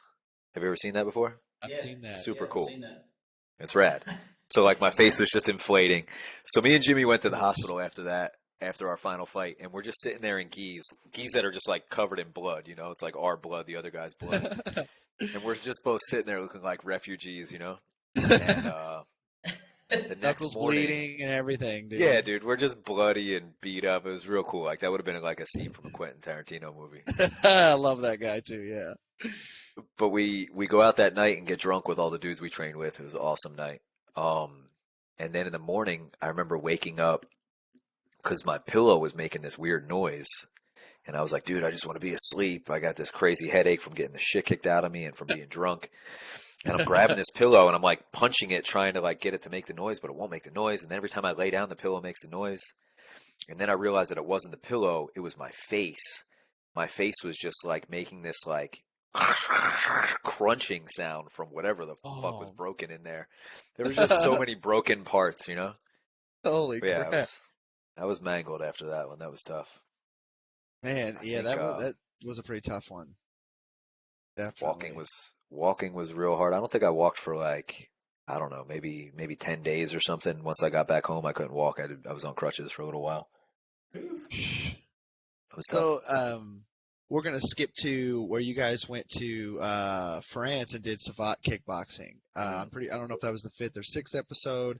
Man, that seemed like a pretty applicable style. Obviously, it reminded me a lot of just normal American kickboxing for the most part. Yeah. It didn't Yep. seem much difference. The guys, the uniforms you guys were much different than what kickboxers wear here in America. It was almost like a Yeah. singlet with pants.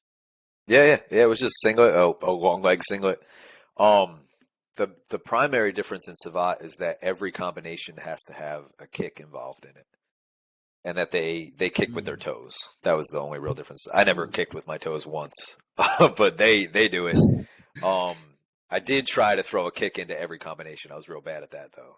I don't think I lived up to that.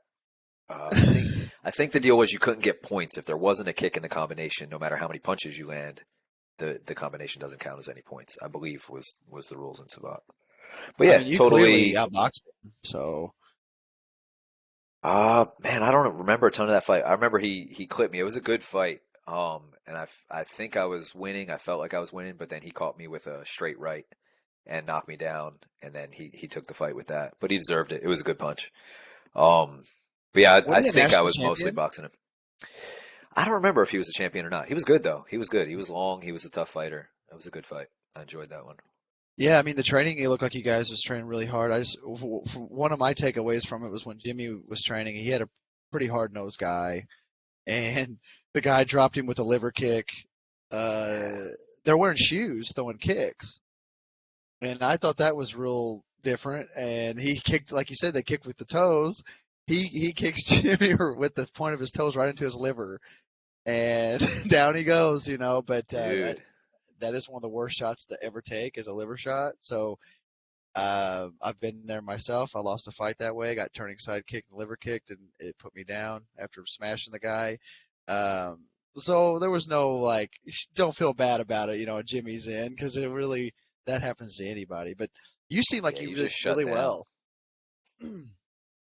Yeah, that one was fun. And that one, maybe by that point, I was starting to like feel a lot more comfortable fighting.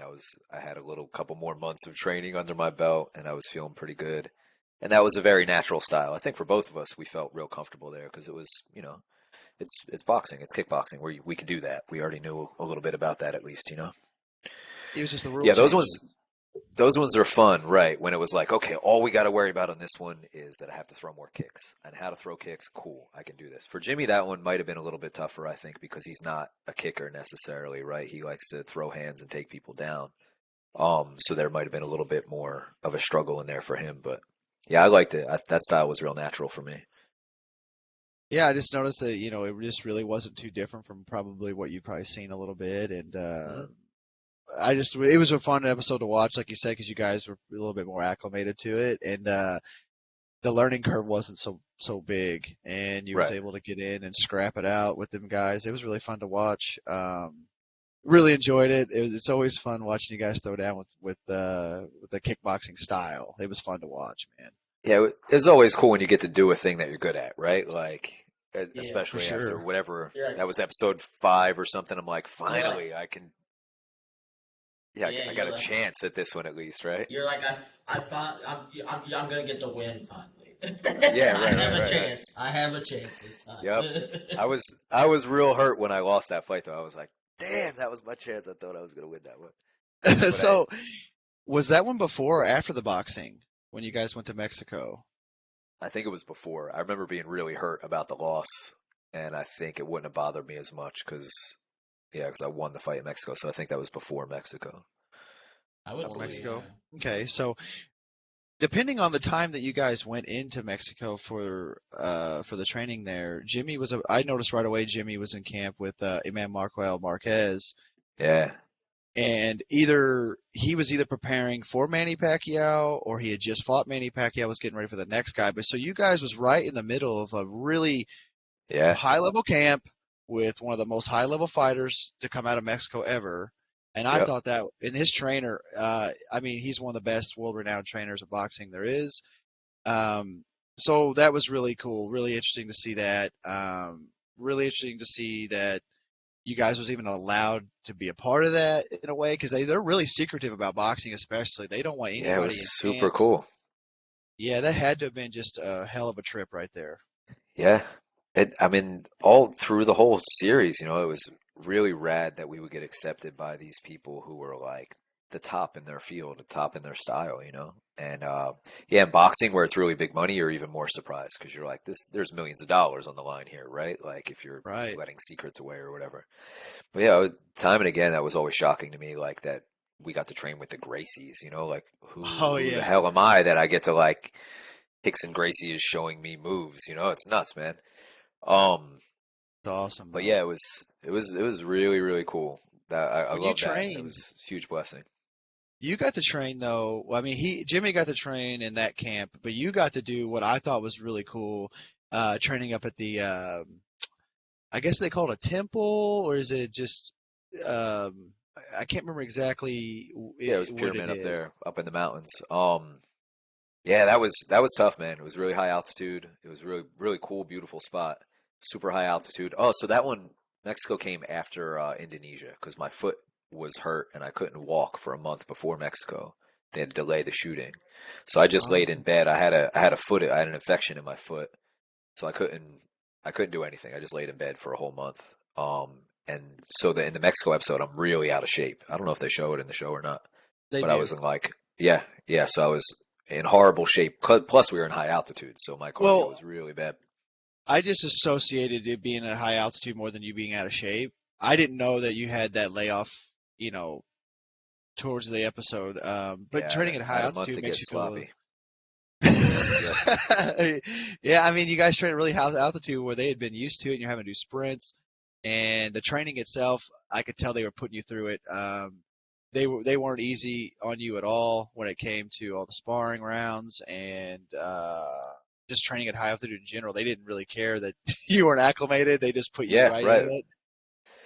I remember the first day it was really funny because I was completely not acclimated and out of shape, and they had me like step into the ring and spar one of their guys, and he was just murdered me. He was Like I had no fast. gas in my tank. He was fast and he was beating the shit out of me. And I remember looking over at my coach, and he was just like, "Why is this kid here? Like what is this kid doing here?" And I was like, "I swear I'm better than this." I mean, you didn't get to show what you were really capable of. And as a fighter, I can understand like, man, I just wasn't myself and I didn't get to show where I'm at. And plus they're already really good. They're really good at boxing anyway. This is all Yeah, they do. And you're sparring with the guy was a really seasoned guy. So it wasn't like they threw you to like a guy who just started a few right, months ago. The dude, right. it's hard telling how many fights the dude had. Yeah, it's toward the end of that episode, I was real down on myself because I was getting outclassed, and now I fully respect that, right? Like these are guys who've been boxing for years and years. To even think that I would go in there and compete with them that's silly, right? But yeah, at the time it like really hurt my feelings, and then the whole team kind of like came together and like it was really kind of sweet of them, honestly. They like came up and they like I just gotten beaten in a sparring session with that dude who was just really good, and they were like just kind of trying to encourage me, being like, man, you know all this other stuff, like they were like, we did like a little MMA together, and they were like, look, yeah, you can beat our asses this way, they were just being That's really cool. cool. Yeah, just being super cool, like seeing that I was down. um and I think out of I always wanted to impress the coach, or at least let the coach feel respected, like that I was really trying to learn the style. And I think at the very least, the coach there and those guys, in the end, they might not have thought I was a great boxer, but they were like, he's a fucking tough kid. You know what I mean? He puts his heart Yeah. into it. So yeah, that's And, if and I would say from like the episodes I watched, I mean, kudos to the production team. I never watched the show like, never had the feeling like, ooh, is Doug gonna win this one? I was just so pulled into the show of like the toughness, the grit, and like since it's kind of week to week, it almost seemed like you were doing this every weekend kind of deal. yeah, So it's right, like right, right. I was like, my God, how's this guy get up and do this again? Dude, that So would have been so brutal to just go yeah, week so after week. like, but you know what I mean? Because it's like, what? Oh, I wonder what they're doing next week. So like, you'd have the fights. And like it'd show them raising hands at the end, but like in my mind, I guess of just being intrigued and loving the show. I would say, like, I know on your end, you're like, man, I want to win one, but as a fan and consumer of the product, like I could say honestly, I didn't care who won or lost at the end of it. It was just the style and seeing the training and what you went through. I was just like, dude, this is amazing. It So is Cool. Thanks, man. yeah, so well, 100%. very very entertained.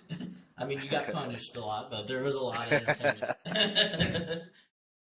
I think most people's takeaway from the show, honestly, what he's saying, I think you guys getting put into these hostile situations and just being the outsiders in a way. I mean, just to show the heart that you showed, I think that's really, really what pulled me back into. No lie, I was only 18 when the show come out, and here I am wanting to be a fighter myself and watch it, and then getting to watch you guys do that. I mean, it was just super motivating. It just was so enlightening that there's more styles out there, and that here I am seeing two guys. I actually thought you had a little bit of a wrestling background, maybe some boxing background. Like I said, I didn't really know what the extent of your training was, but to see two guys, that I can relate to, or American, and going to these different places, it's like I just try to put myself into your guys' shoes and try to experience it with you in a way. Like, okay, they're sleeping outside. Like, I'm trying to like think about how that would be. Then trying to train the next day. Like, did they even recover? Did they even get rest? Right, right. I think that was one of the biggest takeaways from it. I think for a lot of people. Then you won the boxing match too. That was you threw down with that guy, and it was just That was a tight fight. Yeah, it was I awesome though. was I did not feel like I won at all when they raised my hand in the end. I was like surprised, like, oh shit. It was a very tight fight. Definitely could have went either way, but yeah, it was a good Well, fight. me, me knowing what I know now about you being out of shape, fighting and doing that, and then having your coaches the entire time telling you they want you to punch more on the mitts, punch more on the back. I'm like, Yeah, and then to go into the fight and still have in the tank to go the 3 rounds hard as you did. That it was just awesome, man. Like, just super motivating, and I just want to give you props for that for sure. thanks, man. Definitely That's tough. that's super I cool to me. enjoyed it. Whenever people still write to me occasionally, when the show's on, we get a bunch of mail about it. But yeah, a lot of people would say that, and that was super cool to me. It still is when to think that like me getting my ass kicked or whatever was ever inspiring to anybody or helped anybody or pushed somebody, help them get through a tough thing. Like people have written some crazy stories to us over the years about how like just whatever struggles they're going through in life, me and Jimmy getting our asses kicked somehow like helped and motivate them through it. And that's like, man, that's like what better thing could you ask for? I got this dude getting to do a thing he loves and inspiring other people was like super super lucky, man. I really appreciate that opportunity. Yeah. And yeah, thanks, Yeah, man. man, That means a lot to think that it motivated you a little bit is really really cool. it did. Thanks. It absolutely did, and I think a lot of young martial artists at the time saw that show, and I think they got a lot from it, like I did. So yeah, man, you should be proud of that. You should be proud of the fact that you made a difference. You definitely made a difference in a lot of young guys my age's lives. I guarantee that, and uh, also just the show being so informational was just such a big thing to me too. But getting into, you were talking about Hicks and Gracie, so you guys go to Rio, where it all started, and you guys got to dive right into the Brazilian culture. You got to dive right into the gi culture. Um, I started doing gi when I was 20 with Rodrigo Vahi in St. Louis, Missouri, and he was the first black belt for under Gracie to come to Missouri. So he helped start that here for us. Come to find out, he's a Hickson Gracie black belt. That's who his Oh, coach crazy. was. Yeah. So getting to watch the show now. At the time, I hadn't trained with him, but now I got to rewatch the episode. It just hit home even more different for me because you were training with a coach who taught my coach. So Right. it was beautiful, man. Explain a little bit how'd you like the gi? Was that your first experience doing jiu-jitsu in a gi? I think I'd done a little bit of gi before then, but I always hated it. So I would Me just try to too, but dodge it, right? Yeah, I can't handle the gi, man. I still hate it, but I respect it, but I hate it. right. Um, and so I'd done jujitsu, but I never really had any like real solid jujitsu instruction. And that was have either of you guys been to Brazil to train at all or no? No. No, I would Dude, absolutely love to though, because it's beautiful. it's a beautiful place and it's a real experience, man. Like the you're just blown away. You know how like normally you go into a jiu-jitsu gym and there's like maybe one or two black belts. Like you walk into a Yeah, room in this place and there's like 23 black belts, you know what I mean? And all of them are real black belts and they're all gonna legit. mangle you. Yes, legit. Like it was hilarious. I would like, whatever, we'd roll around the room grappling with different people and it would be like these dudes were tapping me out like 7 times in a 3 minute round, 10 times in a 3 minute round. It would be like the buzzer goes and all of a sudden I'm getting like tossed up in the air and landing in an armbar. It was really I learned some stuff there, but really it was just like such a humbling experience. Maybe even way more so than a lot of the other arts. Because a lot of the arts, I would get I thrown agree. into and I had no idea what was going on, but I could still manage just with my basic set of skills. I think it's a Hickson quote, right? Where he said something like, he's like, the ground is an ocean and I'm a shark and you're just a Yes. man, right? Something like that. So it's like, It's something along those lines, yeah. right. And it really is true. Like jujitsu, if you don't know what you're doing, you can't just make up for it with strength. You can't just make up for it with, heart. I could have all the heart I want. I'm still going to go to sleep. You're still going to snap my shoulder, right? So yeah, that was a really, really humbling episode, I think, for me to film anyway. Well, Um, I, Jimmy was already a purple belt. I agree.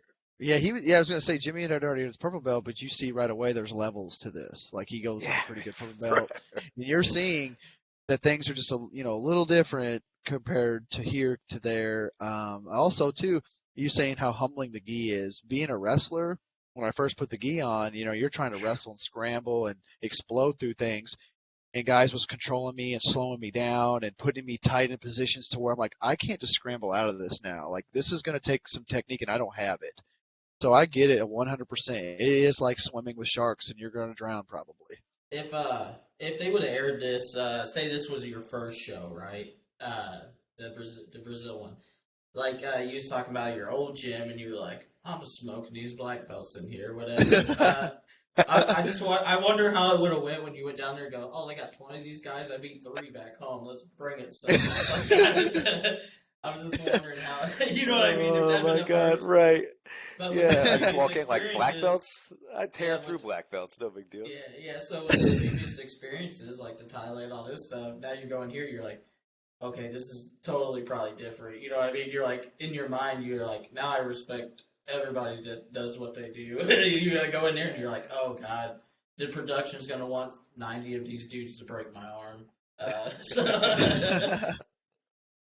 so like I was like thinking that in my head. I was like, imagine if this was the first cut and your cockiness and attitude going Yep. in. I was like, Yep. it'd probably been a a really good one if that was the first one. I'm just crying after every episode. Yeah.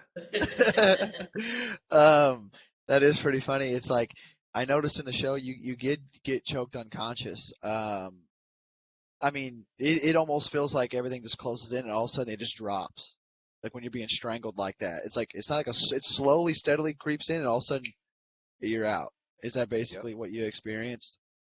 Yeah, I mean, I don't remember. Yeah, I'm sure it was like that's how it usually is, right? Like everything, Sorta. it's just the tunnel starts to close in on you, and I think I peed myself a little bit, and You can't help it.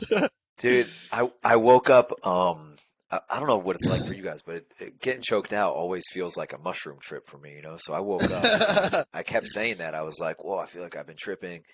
And I was, I felt like I've been asleep for 4 hours or something. I was explaining that to the camera, and they're like, "Cool, cool. Well, we can't use any of that because you're not allowed to reference drugs on the Discovery Channel, asshole." Right. But you're just being So, honest. yeah, yeah, that's how I felt. I was still like in that. When you Just first keeping it wake up, you're real. still loopy. Yeah. Yeah, yeah. The one experience I had being choked out, I was in a pretty high level amateur fight, and I get kneed in the head illegally on the ground. But so I was kind of out of it. So I die. I'm in on the dude's legs after he kneed me. I lift him up. He slaps in a reverse triangle on me, and I didn't know how to get out. And I've been doing jiu-jitsu for a while, and I was like, I didn't really know what to do. And before I knew it, I was just like out of it, just out. The bottom drops Wow. off. They stand over me, and I go, what did I get hit with? I honestly thought I was knocked out. I thought maybe because the fight, you don't remember parts of the fight Right. after that point, and I just remember kind of coming to, and my nose was bleeding. So I thought, well, I got knocked out, and then the guy explains like, no, you was strangled basically. I'm like, news to me. You don't even realize that's what's happening. But yeah, so I saw that happen to you on there, and I was like, dang, that's it's not like being knocked out though. It is different. It's a totally Yeah, it's different very different. feeling. I kind of, yeah. You only got choked out once? Yeah, I've only been passed out one time, and that's when it happened. It was just in a fight. Normally I'm pretty smart to tap to stuff, just because it's training. I'm like, I'm not gonna get passed out every damn choke I'm caught in. But That's the difference. yeah, I was too stupid to tap most of the time. I've been choked out so many times, man. Because I'd but just be you like, were no, like I'm gonna crucifix. escape. Yeah, that one was horrible. That one I couldn't tap. I would like my You arms were here and I couldn't talk or something. I forget what it was, but yeah, you were there was like, just I'm no gonna way for flex me to out of tap. this. Yeah, you were getting collar choked, and your arms was spread like this, so like your hands was tied up a Yeah, little, and you're like, I'm gonna flex out of this real fast, and it didn't that happen. dude, But it, the dude who did that to me was nasty, man. He was so good. He was a real cool guy. I it forget his name, but he was awesome. so in your final fight, you basically had to roll with the same guy you'd pretty well been going with all week, though, right? Like in No, practice for the most that part. dude was different. I hadn't trained with Okay, that guy yet. He was good. I guess it He was was Jimmy then. Yeah, Jimmy might have gone against somebody that he knew. The guy they brought in for me was really fair. Like he was, we were pretty close, so it was good. Cause yeah, like normally in the show they're trying to pit us up against somebody who has like this super high level of skill, to see how well we could go against somebody who's really good. But there was just no way we could even begin to compete with a black belt, right? It would have been the most boring final fights if they had us go against black belts our weight class. We would have just both been mangled immediately. So they found a dude who was, they gauged it out, tried to find a guy who was around my skill level, and that was cool. It was a good fight. You Definitely guys was had a better than great fight. me. Yeah, he beat me. He beat me real fair. It was good, but again, super motivating to me. And I love that they gave me a guy that was like a fair fight because I was like, all right, cool. I can do something with that. When I go home, I can train harder. I can get better, and then maybe in a year I can Sure. come back and beat this dude. Right? Yeah, it was good. Nice. So did you keep up with the gi a little bit after the show, as far as like when you I came back?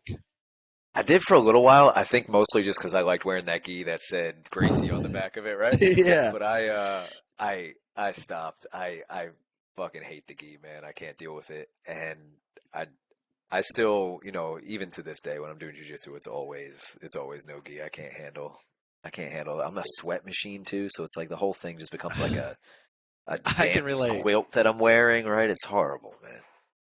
Yeah, I have a ton of respect for the gi, and I feel like it's a really cool way to work your way up a belt system. And sometimes the belt systems are a little screwed up. it just, the political side of it. So no gi has always been what I liked anyway, because then I've rolled against black belts no gi and I did very well, but then the gi, it's like they take the gi so personal to them because they're a black belt in it. It's just like if you do well in no gi, they don't even really care. It's like they don't Yeah. look at no gi as a way to help build your career up in the belt systems at all. They don't even Right. apply it. So that's frustrating side of it too. So I can understand, like, for one, it's really hot. Like you said, it's one of the worst.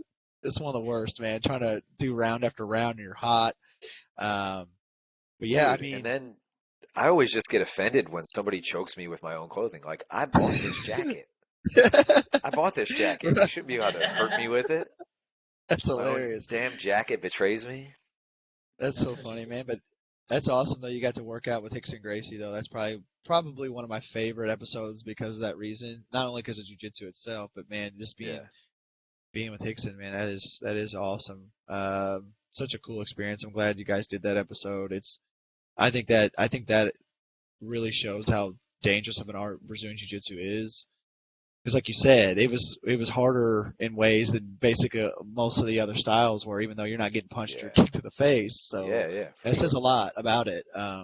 Yeah, the funny But the funny thing is I think I've been hurt more in jujitsu tournaments than I ever did in like a cage fight or kickboxing match.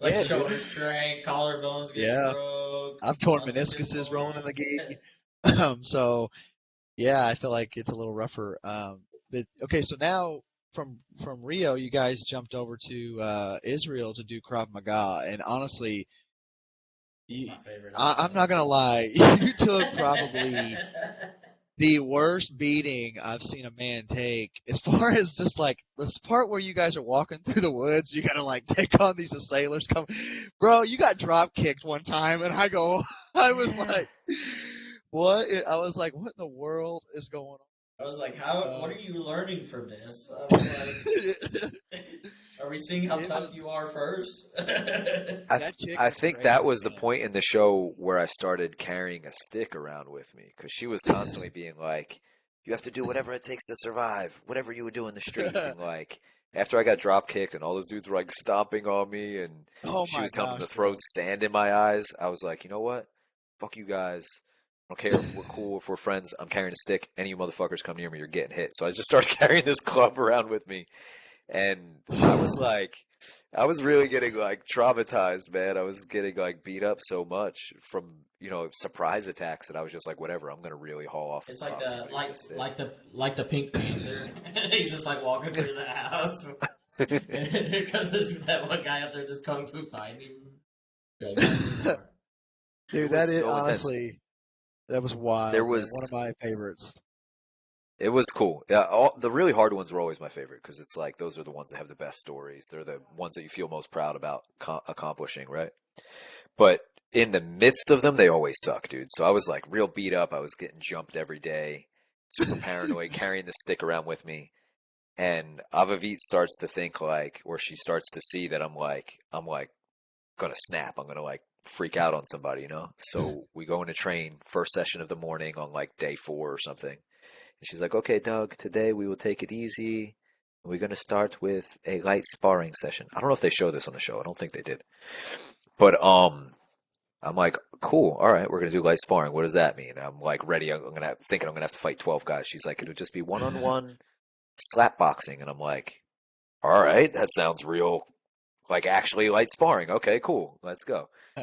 So everybody partners up. The bell rings, and I reach out and slap my opponent across his face with like a left hook.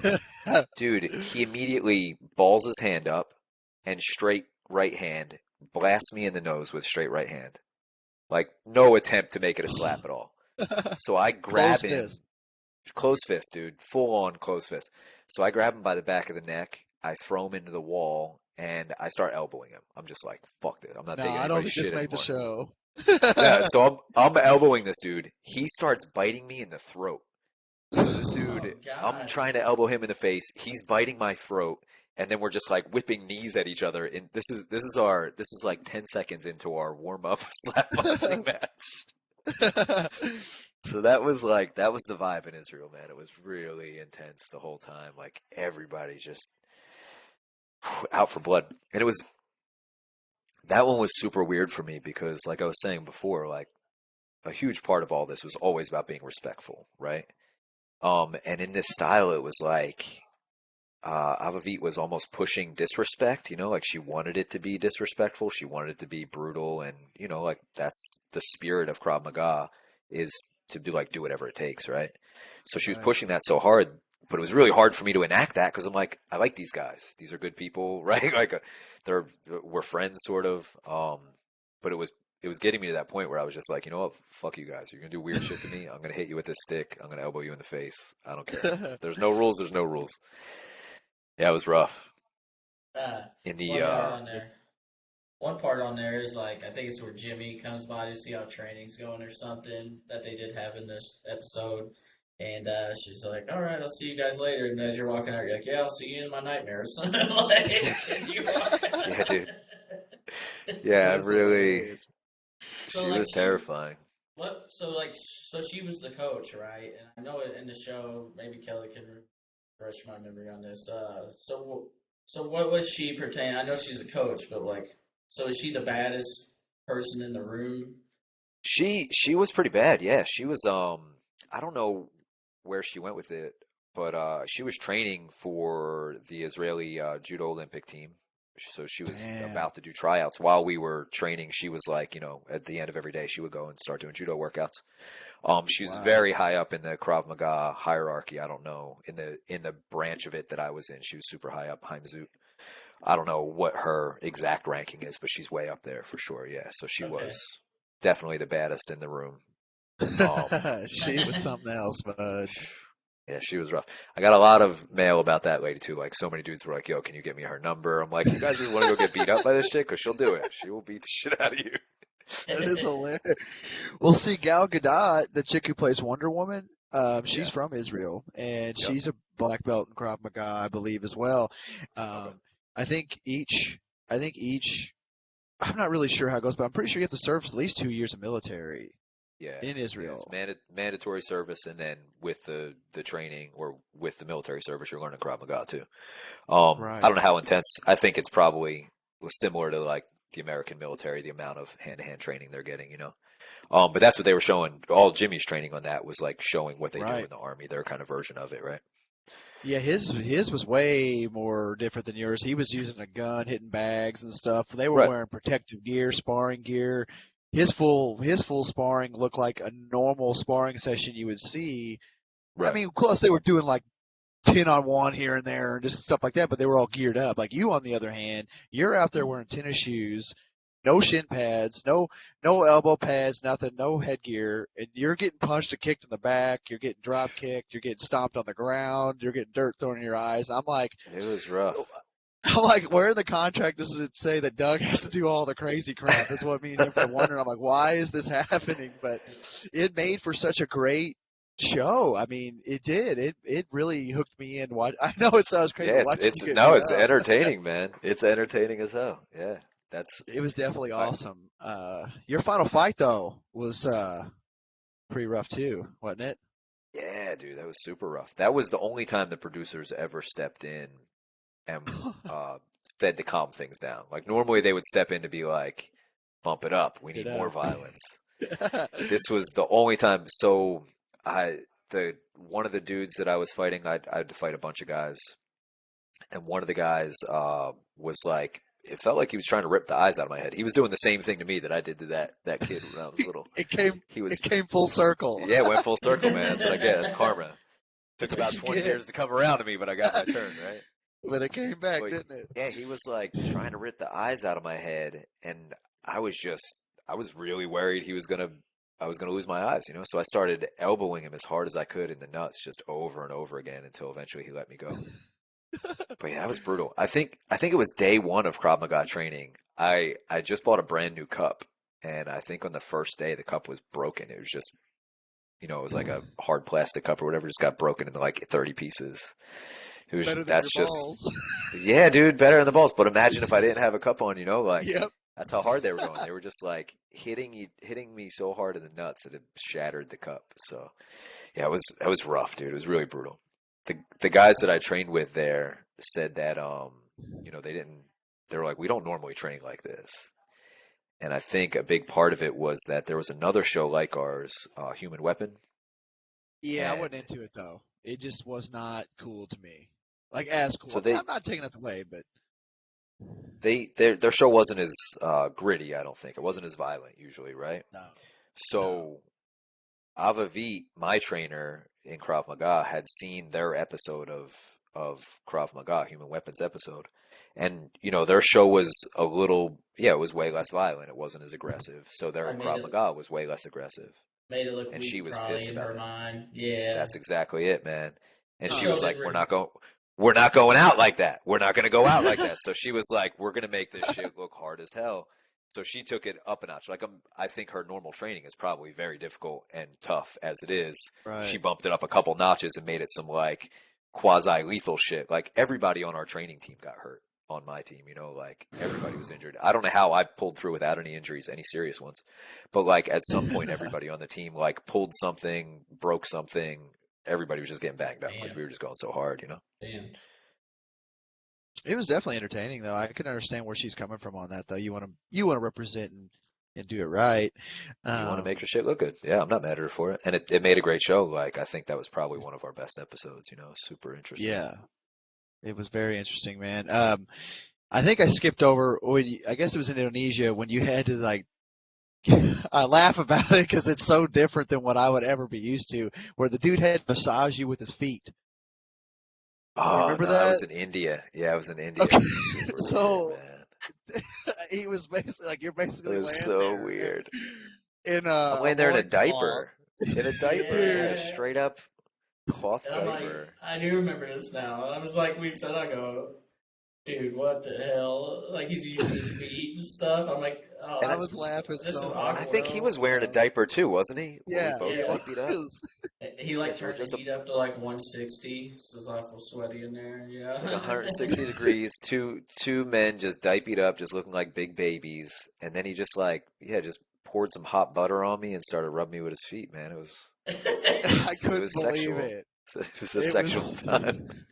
it was so funny though. Like I just try to put myself in your shoes and how awkward it'd be, but also just Dude, trying to be respectful. And yeah, I don't know, man. That was one of the funniest things I've ever seen in my life, to be You're like, dude, I honest. gotta do this, and they're like, well, if you want to be respectful, Doug, you gotta get in there and that's do exactly. Yeah, they would just it. pull that card on me all the time.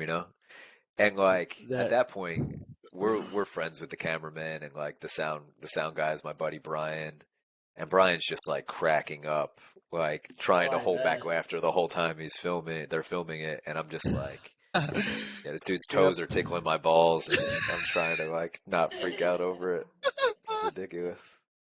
Because like I consider you one of the dudes, like you know what I mean. Like watching the show, I got to learn who you were and get to know you, and so like talking to you now doesn't feel weird at all. It's like I've known you my whole life. I've watched the show when I was younger.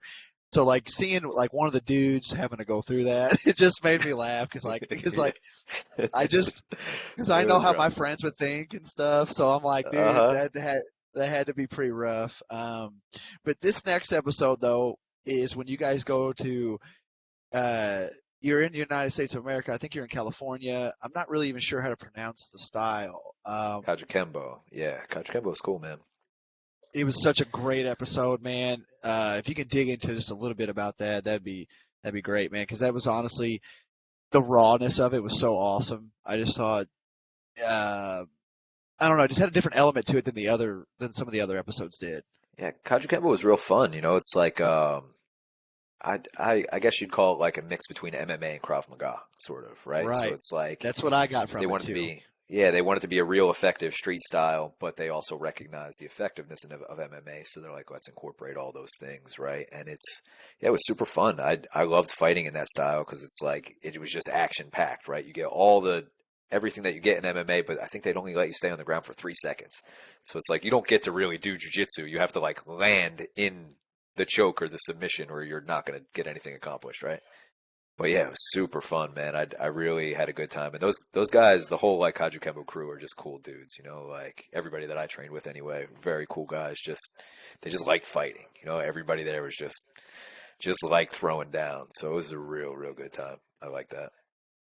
So is this style popular in America? Because honestly, I had never really heard of it. I've heard of Krav Maga through different people, but never really heard of this style Right. before.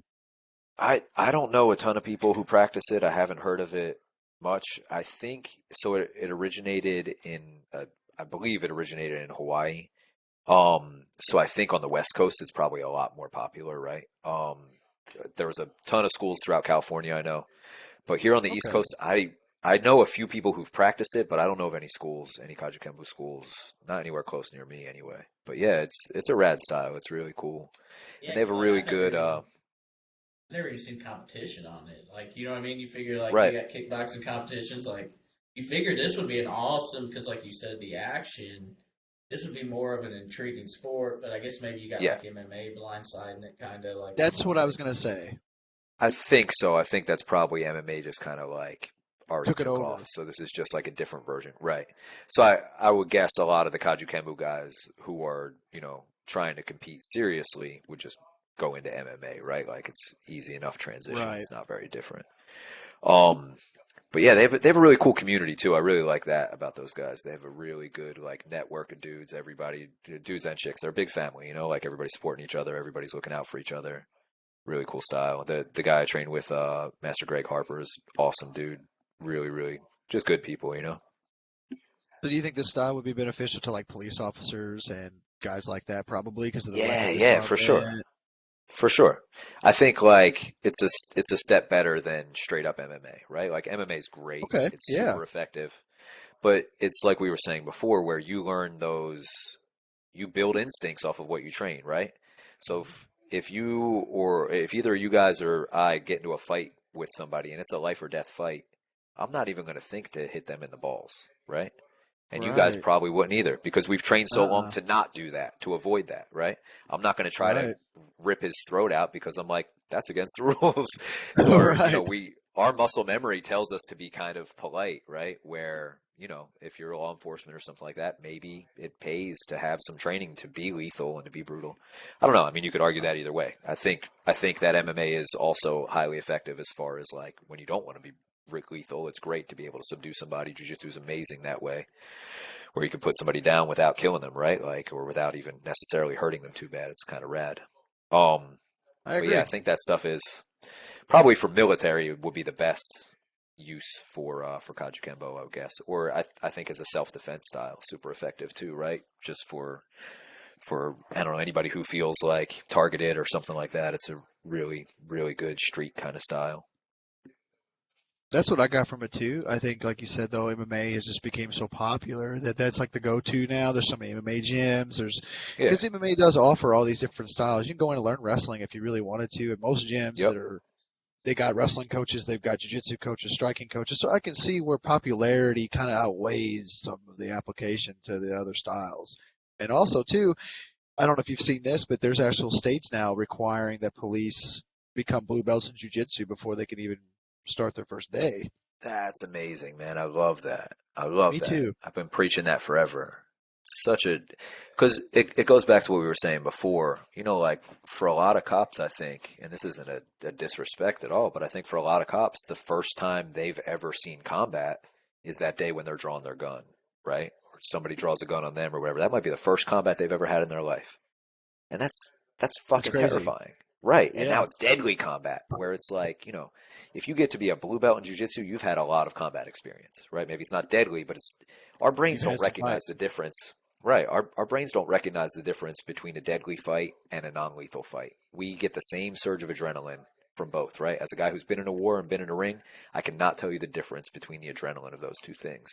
It's the same exact experience in our brains because in our brain we always think when there's violence that we're going to die, right? Animals do the same thing. So yeah, I think for cops to learn jujitsu, if even if they suck at jujitsu, they at least have this confidence in fighting now, this like familiarity. So when a scary situation comes up, instead of their heart rate going to 190, it's only at 100, and they can think and Right. make the It's right more decision. manageable. yeah, Absolutely. I say that as well. Just like my military experience, like you said with the Iraq thing, you're able to keep your level headedness, because your other people's lives are on your hand, your own, all that Right. stuff in a situation. I would say, like you said, it applies very well to me. Like even fights outside of the gym, where I've had this level of mindset that I'm also looking out for my buddies. If somebody else is coming in to kick me, just that situational awareness, like Right. you're You can talking about. just keep your mind clear and think on a whole nother level, right? And that's huge, Right. man. I So think I was a cop for a couple of years, and it was the most. I mean, having the MMA experience, the jiu-jitsu experience, going into the academy, you wouldn't believe how much you're looked down upon. Almost like it's almost like it was really, frowned upon that I was had fighting experience and jiu-jitsu experience and wrestling experience. It's almost like they didn't want you to have that. I'm like, really? I'm like, you don't want really. someone who could cover themselves, Well, maybe. It just didn't make sense to me. It's like they were like, I guess it's kind of like it's not them, so they're like, I don't want to call it a They well, were jealousy thing, but jealous. Yeah, maybe, it's probably maybe well, jealousy. well, not only that, on top of that, I could see it from another point of view to where we're gonna have to deal with this guy on a daily because he's beating people up. when I tell someone if I told someone every day I'm an MMA fighter, they're automatically think I'm this violent, probably domestic Right, person. right. Like you mean like my dad Makes always sense. used to say, he goes, I can't believe you pay somebody money to get punched. Like what is the world came to? You know what I mean? He's like, you go in with he goes, I couldn't hang out with that person after they just punched me in the face. You know what I mean? So like, Yeah, man. so it comes out of that. My dad, he's one person that he would be like, you guys are just crazy violent. You know what I mean? I Like mean, you that know makes it. sense too. But in the other things of the world, you get in a reality check to where you're actually a very respectful human being and care Yeah, about the well-being of others. But I mean, it just paints that dark horse kind of sometimes. And It at does. the time, like we was in the police academy together before I left to go to the military. Like we were in shape. We were doing the MMA thing, and like Kelly said, it was kind of like you're beating everybody in the runs. You're beating everybody when it comes to physical stuff. If you look at the You police force, I'm not saying all, but they ain't in the best of most. shape. Uh, so, like, I mean, you do get that kind of dark horse to where you lose guys, good guys, yeah.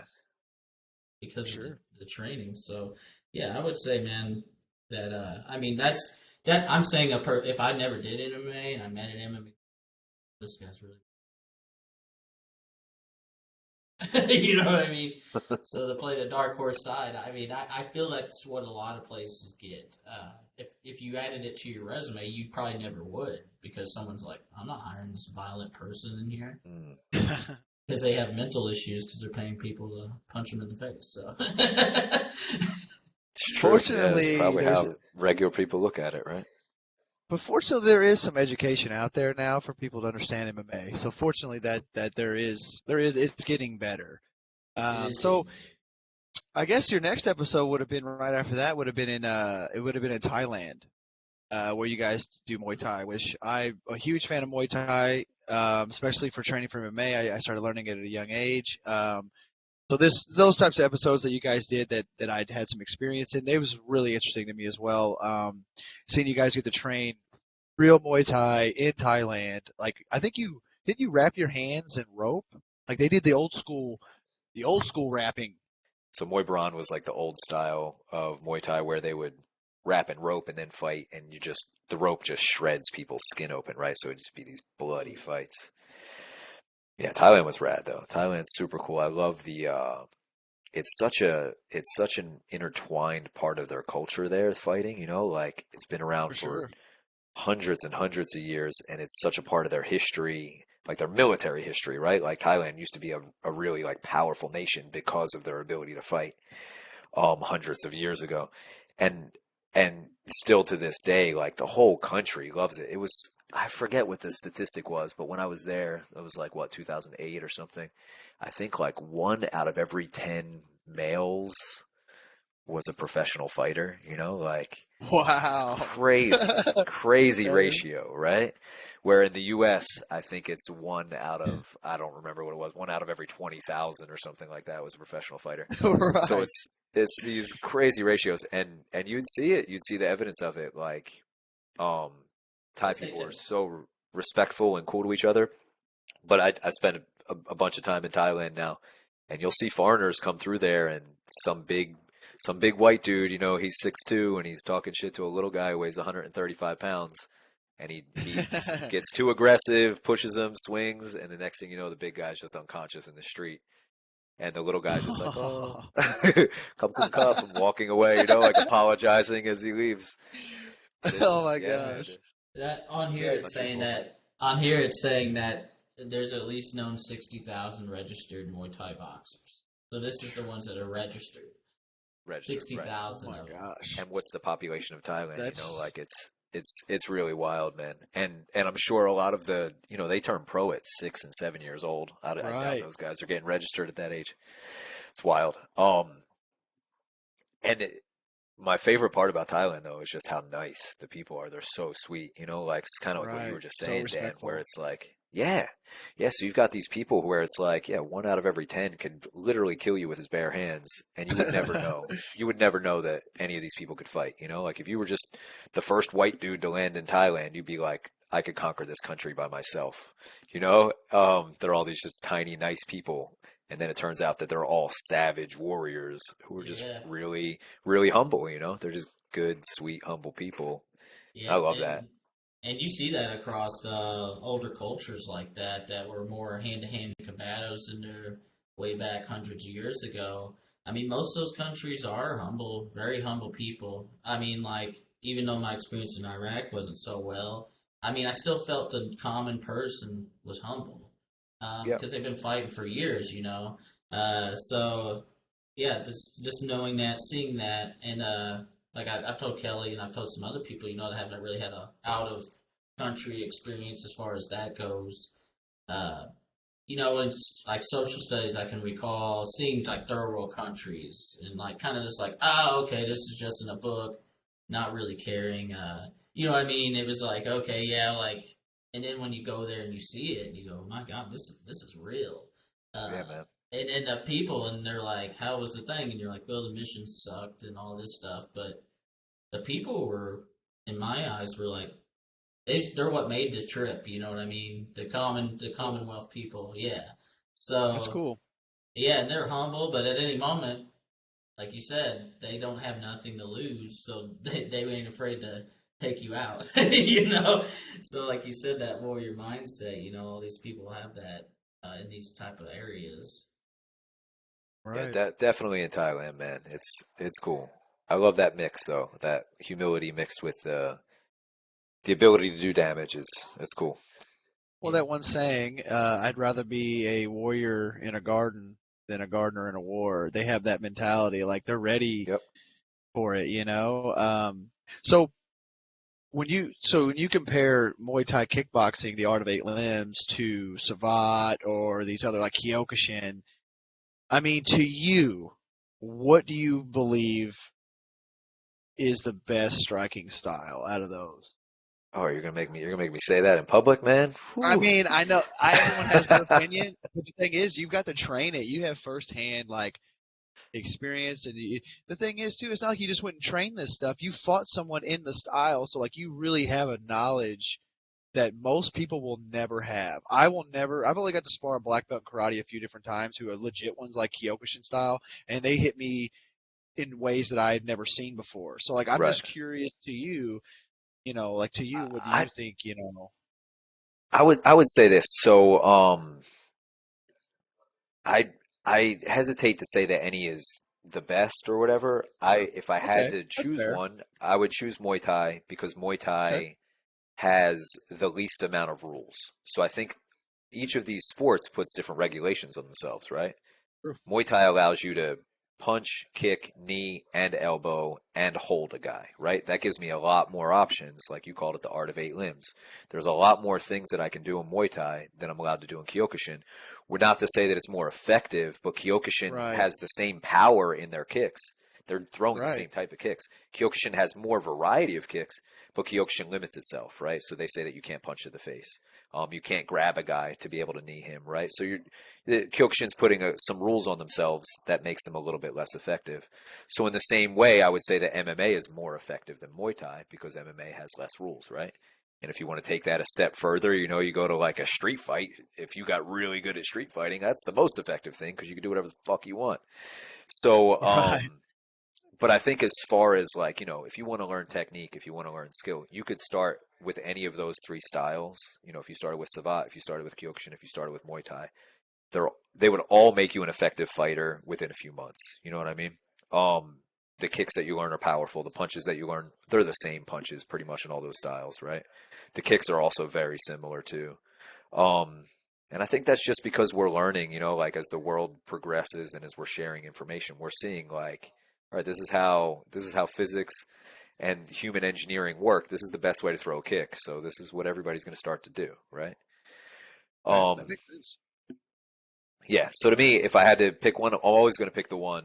I'm always going to pick the fighting style that has the least amount of rules because that's going to let me do the most things that I can get away with, right? But each of those has very different spirits and attitudes too, which was cool. I think for the spirit of it, I probably like Kyokushin the best because Kyokushin is it's just tough, man. They're just It bad is. dudes, and they don't.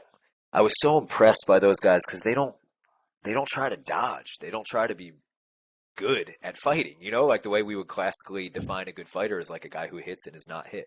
Kyokushin is like, no, a good fighter is a guy who takes his fucking beating and gives one back. And that's so respectable to me, right? Is it intelligent? It's not the smartest way to fight, but it is fucking respectable, right? It's just It tough, is. man. And Chisel from stone. that's why I asked about those three styles in particular, because I feel like Kyokushin, man, is like, I don't know, dude.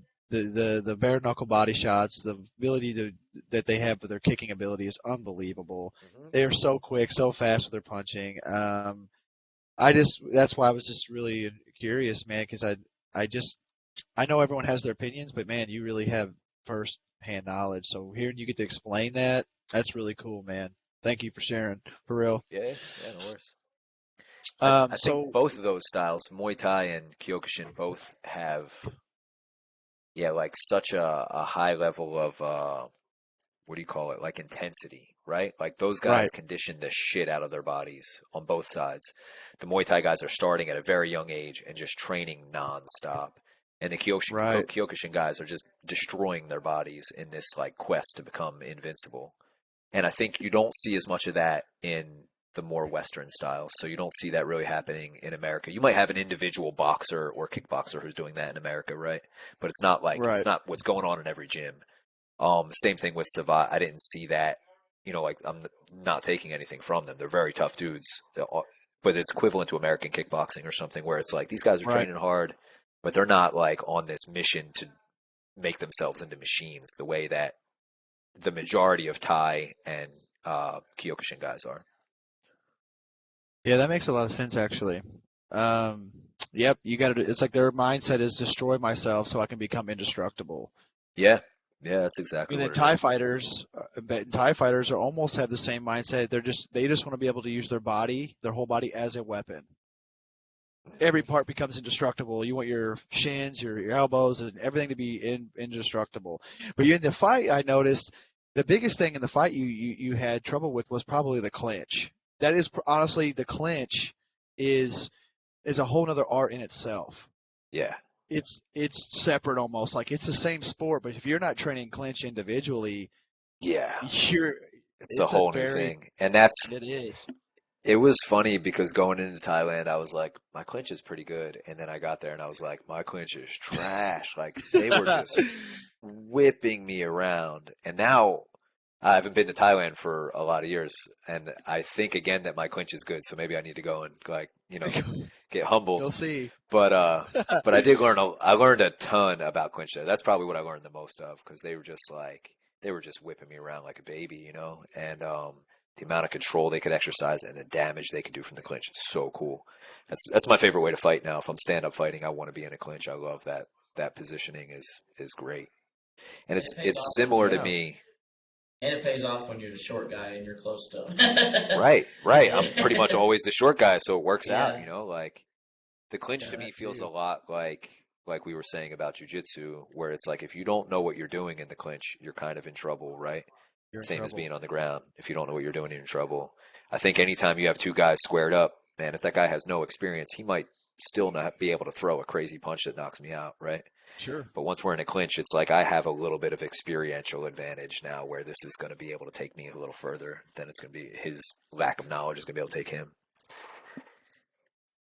Right. I just noticed that Muay mixed martial arts, like you were saying, man, like that clinch alone, just the body control, be able to pin guys against the cage, to control them with even one tie plum, to throw elbows, to Right. throw a knee, and also you can defend takedowns pretty well if you know what you're doing in the clinch. As far if you've worked the abilities to defend, you know when to push your hips away and to re-engage and throw something else. So like uh, I think Muay Thai has been probably the most effective for mixed martial arts as far as all the other striking. I love boxing just as much as I do wrestling, but I just know that that clinch work is imperative, man. And like you were saying, Yeah. it's like quicksand, man. Look at Yeah. Rich Franklin and Anderson Silva. I was just That going to bring fight that to up. me, Yeah. That fight it, sold the world on the clinch, right? Both it of it sure was two did fights, and he destroyed them both times through the clinch, both right? times. And he was Rich was the more bigger, physical, stronger guy who had more of a wrestling background. And he said he welcomed the clinch in the first fight. He's like, I can outpower him here.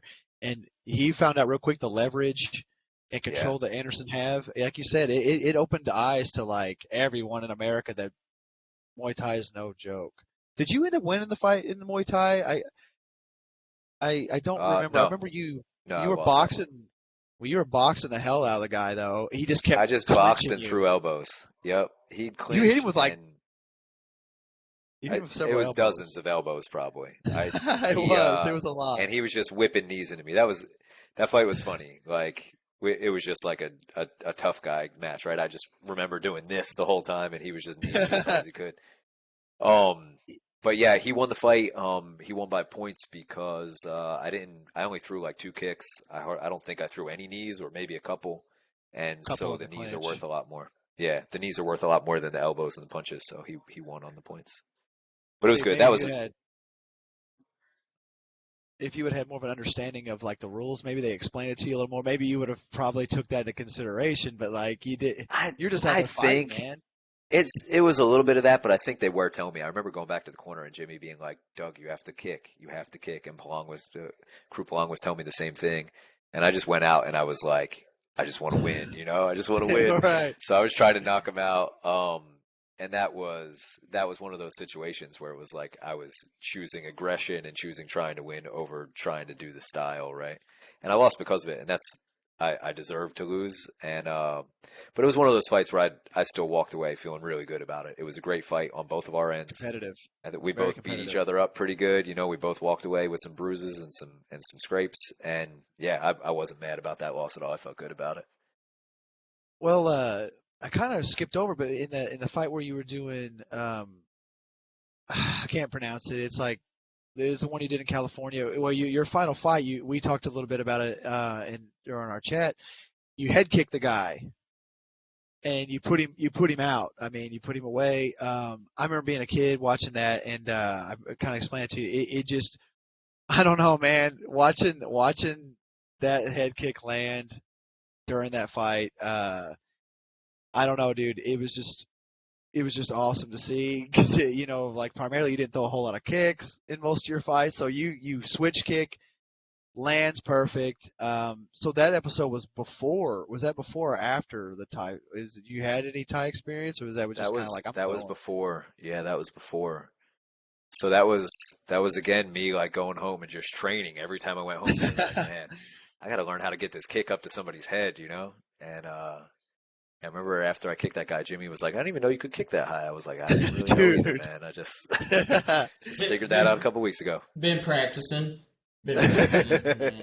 Yeah. it was one of the cleanest head kicks I've ever seen land outside of like MMA competition or something like that. It was just like Yeah, the street fight scenario, seeing a head kick land. I was like, okay, well, if I now know if I get a street fight, head kicks do work for street fights too, I've used a couple in the street too, man. Yeah, they work just as well. That felt good though. That always feels good when you land a clean one. And I Yeah. was I was proud of that one more for that was episode number 10, and I was finally Okay. hitting that point where I could be comfortable in a fight, right? Like we were talking about before. I had that confidence. I had less of the worry or the fear of loss. And I remember I You was proud of that, not because I kicked the guy and Right. That's he not went to what it's sleep. about. Right. No, no, yeah. I was proud of it because I was thinking clearly, right? So Right. we had gone to the ground 2 or 3 times, and every time we got up, he did the same thing. He would charge at me, and his hands were low. So on the second or the third time, I was just proud of myself that I could recognize the pattern, right? Which you guys know is hard to do in a fight, man. You're thinking about so many other Really things. You're hard. worried about stuff. You're tired. But I recognized the pattern. That's the only reason the kick worked. You know, like that dude was a great fighter, super cool guy, and I just happened to see a tiny flaw in his armor, right? Yeah. But yeah, it felt That's good awesome. to be like, I noticed it. I capitalized on it. To if me, on that the was like 10th, your highlight of like the whole thing. Like I felt like your skills had accumulated. Like you said, you got some experience now, did some different styles, and you kind of put it all together in that fight, and you landed that kick. And it was weird seeing it because I was a kid, but I was like proud of you for it. I was like, yeah. it was live Thanks, execution. man. You made it And, Thanks. worked, man. and I know you said like in between filmings, like you'd have like 2 weeks, whatever. I mean, sometimes you was hurt, you had to push some stuff back. But like when you left these places, did you keep training that style, or did you just kind of go back to your old regimen of doing what you do? I would. So I would say what I really learned in most of these places were ways to train, right? So in Okay. 5 days, you can't, you guys know, 5 days is something, it's like going to a seminar or something. You're not going to really incorporate any of that stuff unless you really keep practicing it. So some of the things I would Sure. keep practicing. But really, I think what I primarily was learning was ways to train myself, ways to drill myself. Like each country, they would teach me some other sort of method of training, and I would be able to take that home and use that to teach myself their techniques, right? That was probably the biggest technical takeaway for me, And that learning helped how to me. train, right? Right. So Yeah. like watching you learn these different ways of training, like I said, like it opened my eyes to this whole new world almost. Like there's different things that can be incorporated. All because I can't use the style 100%, I can pull from it and Yep. make that work for MMA or whatever, you know what I'm saying? So like Yeah.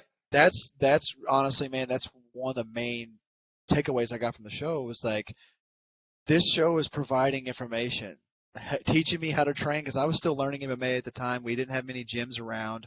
The only thing we was doing was like Japanese jiu-jitsu, which we all know is not the same as Brazilian jiu-jitsu. It's just Right. not. And I was trying to learn that for fights, and it just wasn't working. I'm like, this style isn't attacking. It's not. It's more defensive. But so like getting to see you do these different things is like, there's guys out there who can throw kicks like that. There's guys out there who can throw, um, or know how to use the clinch really well. So it just opened my eyes to this, man. So like, I think this show was really helpful to a lot of martial artists. So not I just think it, you or me, a lot. at that time, especially too, right? Because MMA was still Yep. like, it hadn't peaked or whatever yet, right? It was still Yeah. kind of like people It were was in the still between. experimenting, still learning. Yep. Yeah. In Yeah. that transitional phase. So yeah, that's cool to think of it that way. Maybe it did help open up some eyes and Yeah, maybe broaden perspective in the sport. absolutely, man. I think that's the biggest thing. It was information where a lot of people didn't understand martial artists weren't just barbarians. There's a lot of culture there. There's a lot of discipline, a lot of technique and skill that you're having to learn. It's not just about being brutally tough. Obviously, you're a pretty damn tough guy, and you were having to deal with all this technique, and then a lot of times their technique would overcome because you weren't experienced in it. So I feel like it just was giving people a chance to learn. Common folk were learning about how to fight and have different fighting styles, and I think that was really imperative to helping the education process here in America, man. That's why I was so proud of that show doing what it was doing. It was huge for our culture and martial arts in America. It was big for us to have that. Yeah, thanks, man. Absolutely. So the episode, I guess it was in India. I guess that's when you had the massage and things done. You had to learn a lot of you had to learn a lot of different like sword fighting techniques and like there was a routine you guys was having to learn. And I guess during one of the practices, you accidentally cut the guy. Um, I honestly, putting myself in your shoes, man, honestly, I would have been even nervous to pick up the sword. Yeah. To have you Yeah. full blown swinging it at the guy with no experience with it, it's like it wasn't your fault. You were doing exactly what they asked you to do. It just Right. looked really difficult, man. It looked very difficult. It was reckless. It was a reckless thing to do. What's the name of that style? That is Kalari Payatu. That's what it is. Okay. Yeah, I couldn't pronounce that to save my life, but it was a very interesting style and show to watch, of course, and but just the whole sword engagement. I honestly, man, that's so out of the Western culture's realm. So like the fact even is commendable because it just looked very difficult. Yeah, I mean, it's I was just more impressed that he was willing to do it with me, right? Because I wasn't really at any Right, risk at any point. He knows how to control the sword to make sure it doesn't hit me. I didn't. And I didn't even understand that there were ways that I could do this wrong, right? And then right, I guess it was right. the angle that I was holding the sword bounced off of his shield, where if I'd been holding it a different angle, it wouldn't have done that. So it deflected off his shield, wound up slicing his face open. And then a couple days later, the dude was down to do it again in the final fight, which I just couldn't. There was no way. Like I think they show that in the show, They do. and maybe it's yeah, it's not like that wasn't like some staged plot point or something. That's real. You know, I was just like, I'm not doing this. I'm sorry, guys. I hate to say no, but I'm not gonna possibly slice his throat open next time, so we could get some ratings. It's not it's not worth it, right? I could totally relate to that because I'd have been the same way. Yes, Anytime I've ever, even if you hurt someone in jujitsu, it's almost like a reluctancy there to do things yeah. again. You're not out to hurt people. You were That's just trying to learn. So I get it, man. That's tough. and it's like your training partners become your really good friends, right? So these guys, even Right. a lot of times we didn't speak the same language, but we would get tight, man. Like we're going through all this difficulty together. And this dude, I could have nothing but respect for him. He came back with stitches in his lip, like ready to Yeah. go again. There's no way I was gonna risk that, and because especially when all the risk is on me or on him, right? Like if it was like, okay, we're both Right. at risk here, cool. I'm not, that's fair. But it was just pretty much like, there's a real good chance I'm gonna mangle you again or take your eye. And I'm good, and dude. I understand as well. Like sometimes me and Kelly get together to wrestle or something, and like he's more skilled in the aspect of it, and I'm like, but he's like, oh, you were there. I was like, yeah, man, but I just didn't know the move, and I didn't want to do it wrong to where I injure you. You know what I mean? Right? Yeah, yeah, yeah. So it's on my mindset, so I understand totally where you come from on that part. It's that respect, right? And then Yeah, and for It's me with that sword, it responsibility was too. just yeah, it's exactly what it is. And for me with the sword, it's like it's ratcheted up a couple notches from jujitsu. It's like in jujitsu, yeah, yeah, you can snap somebody's ankle or mess up a shoulder, but like with that sword, dude, I don't know. Like right. maybe the guy really dies, right? I'm not into that, so He's not gonna yeah, recover from this one. right, yeah, wow, Totally agree with that. Yeah, I mean, it is what it is, though. Things do happen, and it was an accident. yeah, But like once you lose confidence in it, though, it's hard to want to try again because you're already not feeling right about it, and then you hurt someone, and you're like, well, I don't really feel right about it even more now. So I, right. I respect your decision on that. I really do because I honestly I don't even think I would have wanted to pick up the sword to begin with. I don't remember exactly what your final fight ended up being. See, I know So you didn't do the sword routine. It ended up being like a slap fight almost, right? yeah, It was like it was a slap fight. It you was it slapped was you slapped the hell out of him a few times from what I remember. It was like it's like that slap contest they want to do today, like where you stand across the table and slap each other, and they're leaving with concussions, leaving with their faces swelled up like balloons. Um, that I it was it funny, was man. That that style they don't really fight. They don't spar, right? So the show really, the producers are really pushing violence, and these guys were just like not capable of delivering that because they don't do it. They haven't practiced it. So it's kind of like an unfair ask that the producers were calling for. They were like, we need somebody to fight Doug and Jimmy, who were like, pretty seasoned fighters. So the only guy they could get to do it was this guy who was, I think he was a heavyweight. He was like 205 pounds or oh bigger. shoot, And so the first round we go at it, and he's being like very gentle, and he's being gentle, no disrespect, because he's afraid, because he's probably never sparred anybody before. And he was right? scared and being really nice. So I was like not hitting him hard either. I'm like, that's how you spar with people, right? You fight with people at the level that they bring it. And this guy was scared, so I felt like a bully, even though much smaller. So in between rounds, the producer's like, Doug, you gotta like hit this dude. You gotta like turn up the volume. And I'm like, he's afraid of me. I can't hit a guy who's scared of me. Like he doesn't want to be here. this is really Right. messed up. It was yeah, that was a tough one. And it's not the type of fight, it feels good when you're winning a fight against an equal Sure. opponent and you're like, "Oh, this is a real clash and I'm just coming out as the better man today." In that sort of fight where like the guy he was stepping up to the plate, right? He was scared, he didn't know what he was doing, he was out of his element, and he was being brave and coming in and trying to fight me in a thing that he has no skill or comfort in. I Wow. guess it was like Okay. he was Doug that time and I was the other guy, right? So I was just respecting the shit out of him for doing something that he wasn't used to doing. There's no I way I guess wanted to it's actually a hurt him. different episode that I saw you slap somebody pretty hard. I guess I'm trying to remember, but Oh, in the yeah. Philippines we did a slap fight and I Okay. slapped the shit out of Yeah. that guy. Yeah, Yeah. that's the That guy one. had Okay. that guy had just knifed me like 100 Oh times and I yeah. wanted vengeance. So Yeah, in the I was back. teeing off on him. Yeah. I wanted that guy to go Uh, unconscious. I was like, "Please drop him with a slap."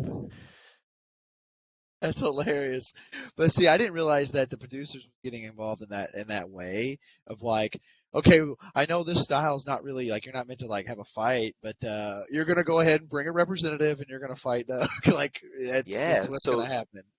so That's the producers crazy. would, like they have to make it good TV, man. That's what TV Sure. is, right? So they would the producers didn't ever control what happened, but they would I would say they would put the skeleton together, right? And Okay. then the meat and the skin was all what happened between the fighters and the trainers. But the producers would help put the skeleton together. And they would normally it was easy enough to just keep it in the confines of the style. It would be like in Muay Thai, they'd be like, "Okay, what do you guys normally do? Great, let's do that here. We'll do that on Tuesday and we'll do that on Wednesday or whatever." But Oh. in some of the styles where it wasn't violent, the producers would have to kind of like push stuff on them, be like, "Well, what can you do that will be violent? Can you make up something that will be violent?" And they're like, "Oh, I guess we'll have the guys slap each other." And the producers are like, "Fine, that'll work. Let's have them slap each other." That is interesting, honestly. Yeah, I would have never, because at the end of the episode, you guys were, I thought that was just kind of maybe part of their style, I guess. I Yeah. didn't know for sure. I think that might have been one of the only ones where they actually had to like come up with a thing that wasn't their thing. And maybe that was part of their style, but the guys that we were training with never did it or they didn't Okay. practice it, right? Kalari Payatu was developed as a warrior style in the past and they talked about having like the open hand technique or whatever. But as none of the guys that we trained with actively trained it if it was a thing that the style does. So to them at Huh. least it was new. Yeah. That's interesting. So yeah, at least they gave it a shot. I mean, shoot, you got to give them credit. You Respect, tried man. your Yeah, you got thing. to respect somebody jumping in to do a thing that they're afraid to do is it's tough. It is tough. So on the Hong Kong episode, the Wing Chun, I wasn't able to find, a full episode, but from what I can understand, man, a lot of it was just like straight punches, not a whole lot of hooks. You're kind of just firing right down the middle. Real square bodied, just kind of 1-2 in. Um, how effective do you really think the style for itself? Uh, you cut out a little bit on me there, Kelly. Oh, Um, sorry about that. you were just asking about the effectiveness of Wing Chun. Yeah, yeah. It just seemed like, I know a lot of movies use this style. A lot of different stuff happens in movies where they're using this type of style. But as far as it being really applicable to real life, do you think the blocking patterns and do you think that's could be useful? Yeah, so there, the biggest takeaway that I got from Wing Chun that was super useful, and they push it all the time. It's the biggest point of their philosophy is angles. So Wing Chun, they do push just straight punches, but the idea is cut an angle. Once you cut the angle, now you fire in with straight punches. Cut another angle, fire in with straight punches again, right? The straight punches thing, I mean, I think boxing has proven that it's a boxing punch is the most powerful punch, right? So like I agree. throwing a punch using your hips is going to generate a lot more force. Wing Chun is, I think their philosophy is more of like try to overwhelm your opponent with a ton of little punches. I didn't love the punches myself. I didn't feel like that was super effective, but I loved the angling. I think the angling is like such a powerful philosophy, and as you know, like as that's one of the things that, like you guys were saying, the takeaways that I would get, like rather than the specific technique, it was more like the philosophies a lot of the time were things that I would take away. So that angling has become a huge part of what I do in a fight now, you know, like just trying to constantly be cutting that angle, getting off to the side so I can just throw power where he doesn't have any power to throw back. Um, but yeah, the punches weren't super effective to me. And that was another style where it was tough because we kept wanting to turn our hips over and put power into the punches. We're supposed to be just throwing the quick ones. Um, but yeah, I think Wing Chun has a lot of strengths to it, and I don't know. I'm real curious about the like the sticky hands type of stuff, right? Like the blocking. Yeah, yeah. It's I thought that was cool too. I just didn't like I just didn't think it was like almost real life almost.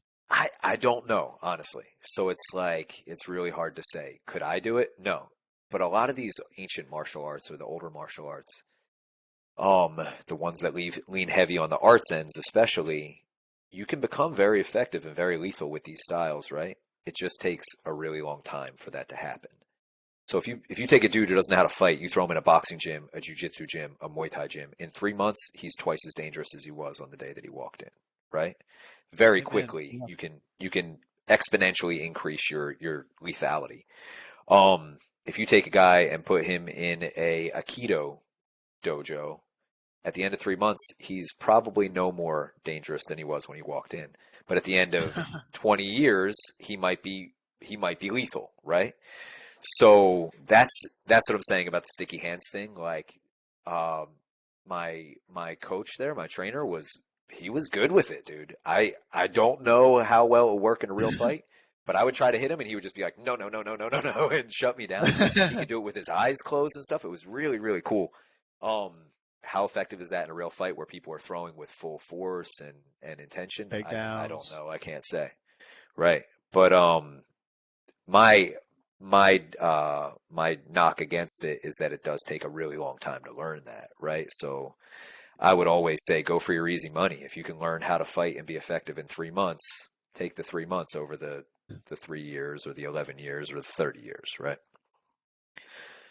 That makes sense. I think didn't Bruce Lee kind of make this style famous in a way? But if you really look at it, though, he did that. He did Wing Chun, but if you notice, he did branch off and learn Yeah. other styles because I think he understood the same thing you're understanding with it. Bruce Lee understood. Bruce Lee to a lot of people is like the originator of MMA, right? And I don't know if he More or really less, was, but yeah.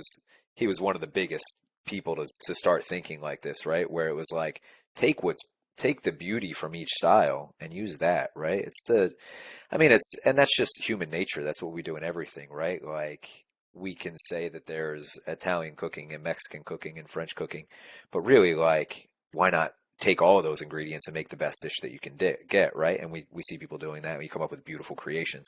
And it's the same thing in fighting, right? Why would you stick to just doing this one thing because that's what your great great great grandfather did, when you could take the really Right. good things your great great grandfather did and mix that in with somebody else's grandpop's recipe, come up with something truly amazing. And that to me is the beauty of MMA. Is just it's just open mindedness, right? It's the idea that, like, hey, this other guy might have a better idea than me, and I'm willing to humble myself and listen to that idea. Oh yeah. Um, and I don't think there's any area in life where you're going to go wrong doing that, right? It's always a good idea to assume that somebody might be wiser than you, somebody might be better, and somebody Right. might be able Yeah. to teach you, right? And I've always preached that, like you said, I'm the top dog, beating somebody in the gym, doing all that. I'm like, when I first started, I was getting like doing. I started like Muay Thai originally. That was my first thing. I had a Muay Thai coach, and like we'd roll our shins out with like a bamboo stick after every practice, like Yeah, doing all this crazy stuff. And brutal. when we'd spar, it was just boxing gloves, no shin pads, no headgear. And I was like, and this guy's like 220, and at this time I'm like 140, and like I don't know why I kept doing it, but I was like, I just kept going back. And it was at like, because in the street I felt like I was a bad dude, and here this guy's humbling me. And we're in there sparring, like we do technique through the week, spar on Fridays, whatever. There's sometimes one or two other dudes in there because this was just getting started, kind of like we said at this time in the area. Uh, and I can just remember that going to one day, I got him with a few good shots. You know what I mean? I'm like, okay, okay. But then, like, you get a gym going and you feel like you're going pretty good. It's like you almost have to go to where that next person's going to humble you to make you a better fighter. Yeah. Yeah. Or that other skill set that you don't have, see where it applies to you. So I totally understand what you're saying by that as far as like, I feel like if you're not doing those things, you're not achieving your highest level as a athlete, warrior, batters, whatever. It applies to all sports. I know we're talking a lot about MMA and traditional mixed martial arts stuff, but like you're a good basketball player. If you don't go play with the best, see what you really got, see what you need to do to change your game, you may not ever be great. Yeah. Iron So, sharpens iron, right? In anything, whatever you want to do in life, right. you got to be surrounding yourself with people who are better than you that you can look up to and grab those skills from, grab those ideas from. Yeah. And you got to be teachable enough and humble enough to accept that, they're For teaching you, sure. right? So, so you guys did 13 episodes. Was there any episodes that you guys filmed just never were aired or anything like that, or anything? No. So what was our original contract was for 10 episodes, and we did the 10, and then it was like, I don't know what it was. Oh, no, it was 10. And then if they liked the 10 episodes, we would do 3 more. So that's what we did. So it was really just one season that they kind of sometimes will call 2 seasons. Right. And Okay. then the show didn't do great in America. It did really well in the rest of the world. Like all through Asia, it was one of Discovery's top shows. And I think in Australia, it was really good. But they don't earn enough ad revenue from those countries for it to be worthwhile Uh, for them to film another season for it, which sucks because like it was so much fun. Yeah. But also, I think like I don't know, but it seems like it would be tough to do another 13 episodes. Like we were going to have to really dig into styles that probably weren't And going to be as entertaining or and you were as. probably you're like, do I really want to go another year of getting the crap kicked out of No, I was me? down. I was down, dude. I was definitely down. The Well, show and finished, and I just went into MMA, right? Like just doing it for less money and less adventure, really, right? So yeah, I would have definitely done another year getting beat up and well, eating weird shit. because in my mind, I wonder like if this show was to come out now, like even if it was re-aired, maybe we could get Doug some royalties. yeah, for sure, man. To me, this show now with MMA and boxing and these YouTube boxing each other, exhibitions, all this stuff. Having that show around now, I just feel like that show, if it came out today, people would be like, "Oh my God, you got to watch Fight Quest." And then most of the time it's word of mouth anymore because, like, if you didn't grow up with it, it's kind of like you think a 20-year-old kid today knows what Fight Quest even is. Right. So but I mean, like, if that was today, even if it aired today, I was like, man, this show Would would take be one off of for them hot. sure. Yeah, yeah, it'd be like Law and Order season 14, and we're like 14 years down the road. They've been It's to now, Thailand 10 times. yeah. Because it'd been a cool to graph that way. Because like you said, you learned a lot. You came home, trained a little more. Now you go back to Thailand and you fight that dude again, or you fight another guy in that style, and it's showing you through the years how you've progressed in the style. So like, I feel like it would have been a very marketable thing now. Just Sure. just in my eyes, with everything kind of being big. I mean, you got UFC on ESPN now. Things of that nature. It could have been one of them Fight Pass shows, just like Ultimate Fighter, all those things. I just feel like Fight Quest, Yeah. they might not have seen it as big in America, but I think the people that were paying attention to it kind of grabbed that marketing idea and what, like you said, the violence in there and all that, and was like, hey, if we want to get this going, I feel like it probably really helped out the MMA world and marketing for sure. Because I feel like it's one of those things. It was the first of its kind. There wasn't a lot going on in America. Like in these countries, like you said, China was their number one. It's always been a part of their life. So it was something intriguing to them to see because they cared about it more than I guess probably America did at the time when the show came out. I don't know what the difference was why it made it good, but also you should go pitch that to Discovery Channel and see if they'll give me a job again because that show was fun. 100%. But Yeah, 100%, man. they advertised it a lot different in other countries. It was funny. Like I don't know what kind of ads they did here. They would just like run commercials or whatever. But in Pretty Asia, much. they flew Jimmy and I out there to do commercials, and it was just like it was real weird, man. It was like softcore porn. You know, they were just like spraying us down with water spritzers and just having us flex in low lights, and that would be like the commercial for Fight Quest. So I guess they figured like dudes were already on board to watch this show, right? Like you show people moving, Right. and dudes are like, "I'll watch that." They're like, "How are we gonna get girls to watch it?" And they would just like zoom in on Jimmy's nipple. And I don't know, man. I guess that pulled the ladies in. I'm not sure. I don't know what it was. That So is is that what funny. is that what kind of? I mean, that was the end of the I guess show season. They was like it didn't do good in the American market, so that was kind of just it. Yeah, I guess that's how it's determined. I don't know. They, like they never really brought us in for the decision of it or whatever. We flew out to Asia a couple times and did like advertising and press tours and stuff over there with a couple of our friends who worked for Discovery, and that was awesome, really fun. But then after that, yeah, the show just never renewed for whatever reason, like for not getting enough ratings. But yeah, I don't know how they determine, like whether or not a show gets a second run. I guess, yeah, I don't know. Okay, I'm sure That it's is on strange. probably ratings. Uh, I was It's watching definitely some. on ratings, but then I guess I don't know because you hear stuff about like shows that get canceled, and then enough people like make noise about it, and the network realizes like, oh, this has got a big following, type of thing. But yeah, I don't. TV is an interesting thing, or any sort of fame, like TV, music, all that kind of stuff is interesting because it's like so much of it depends on the timing and the exposure of the thing, Right. right? Like, I always wonder about that for musicians. Like you got some people who are some chick or some dude who's like the greatest guitarist in the world, but if they don't happen to like be at the right place at the right time, nobody ever knows about them, right? And they just spend their whole life playing in some little bar or never playing anywhere. Um, and I think the same thing happens with TV shows all the time. Like you got Yeah. some amazing show. You find shit on Netflix all the time. You're like, dude, how did I never Yeah. know about this show? This is amazing, but it just They need to didn't put get your the right show on there. advertisement or whatever.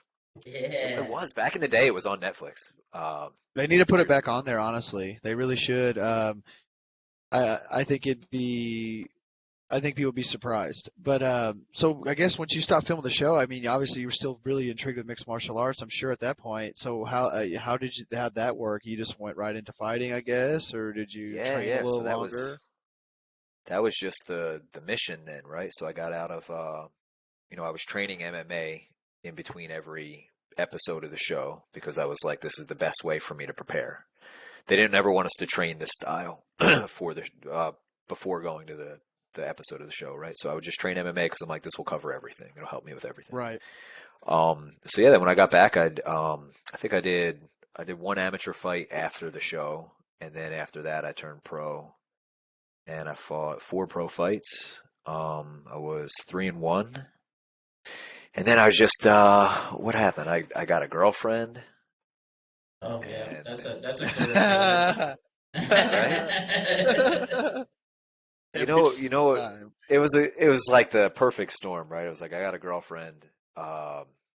I had broken my hand several times fighting, and I'm a tattoo artist, so it was like that's a whole nother thing where I started to like consider like, ooh, what am I doing here, right? Like this, my hands can make me money for the rest of my life, where they can make me money for a few more years fighting. What am I going to do? Right.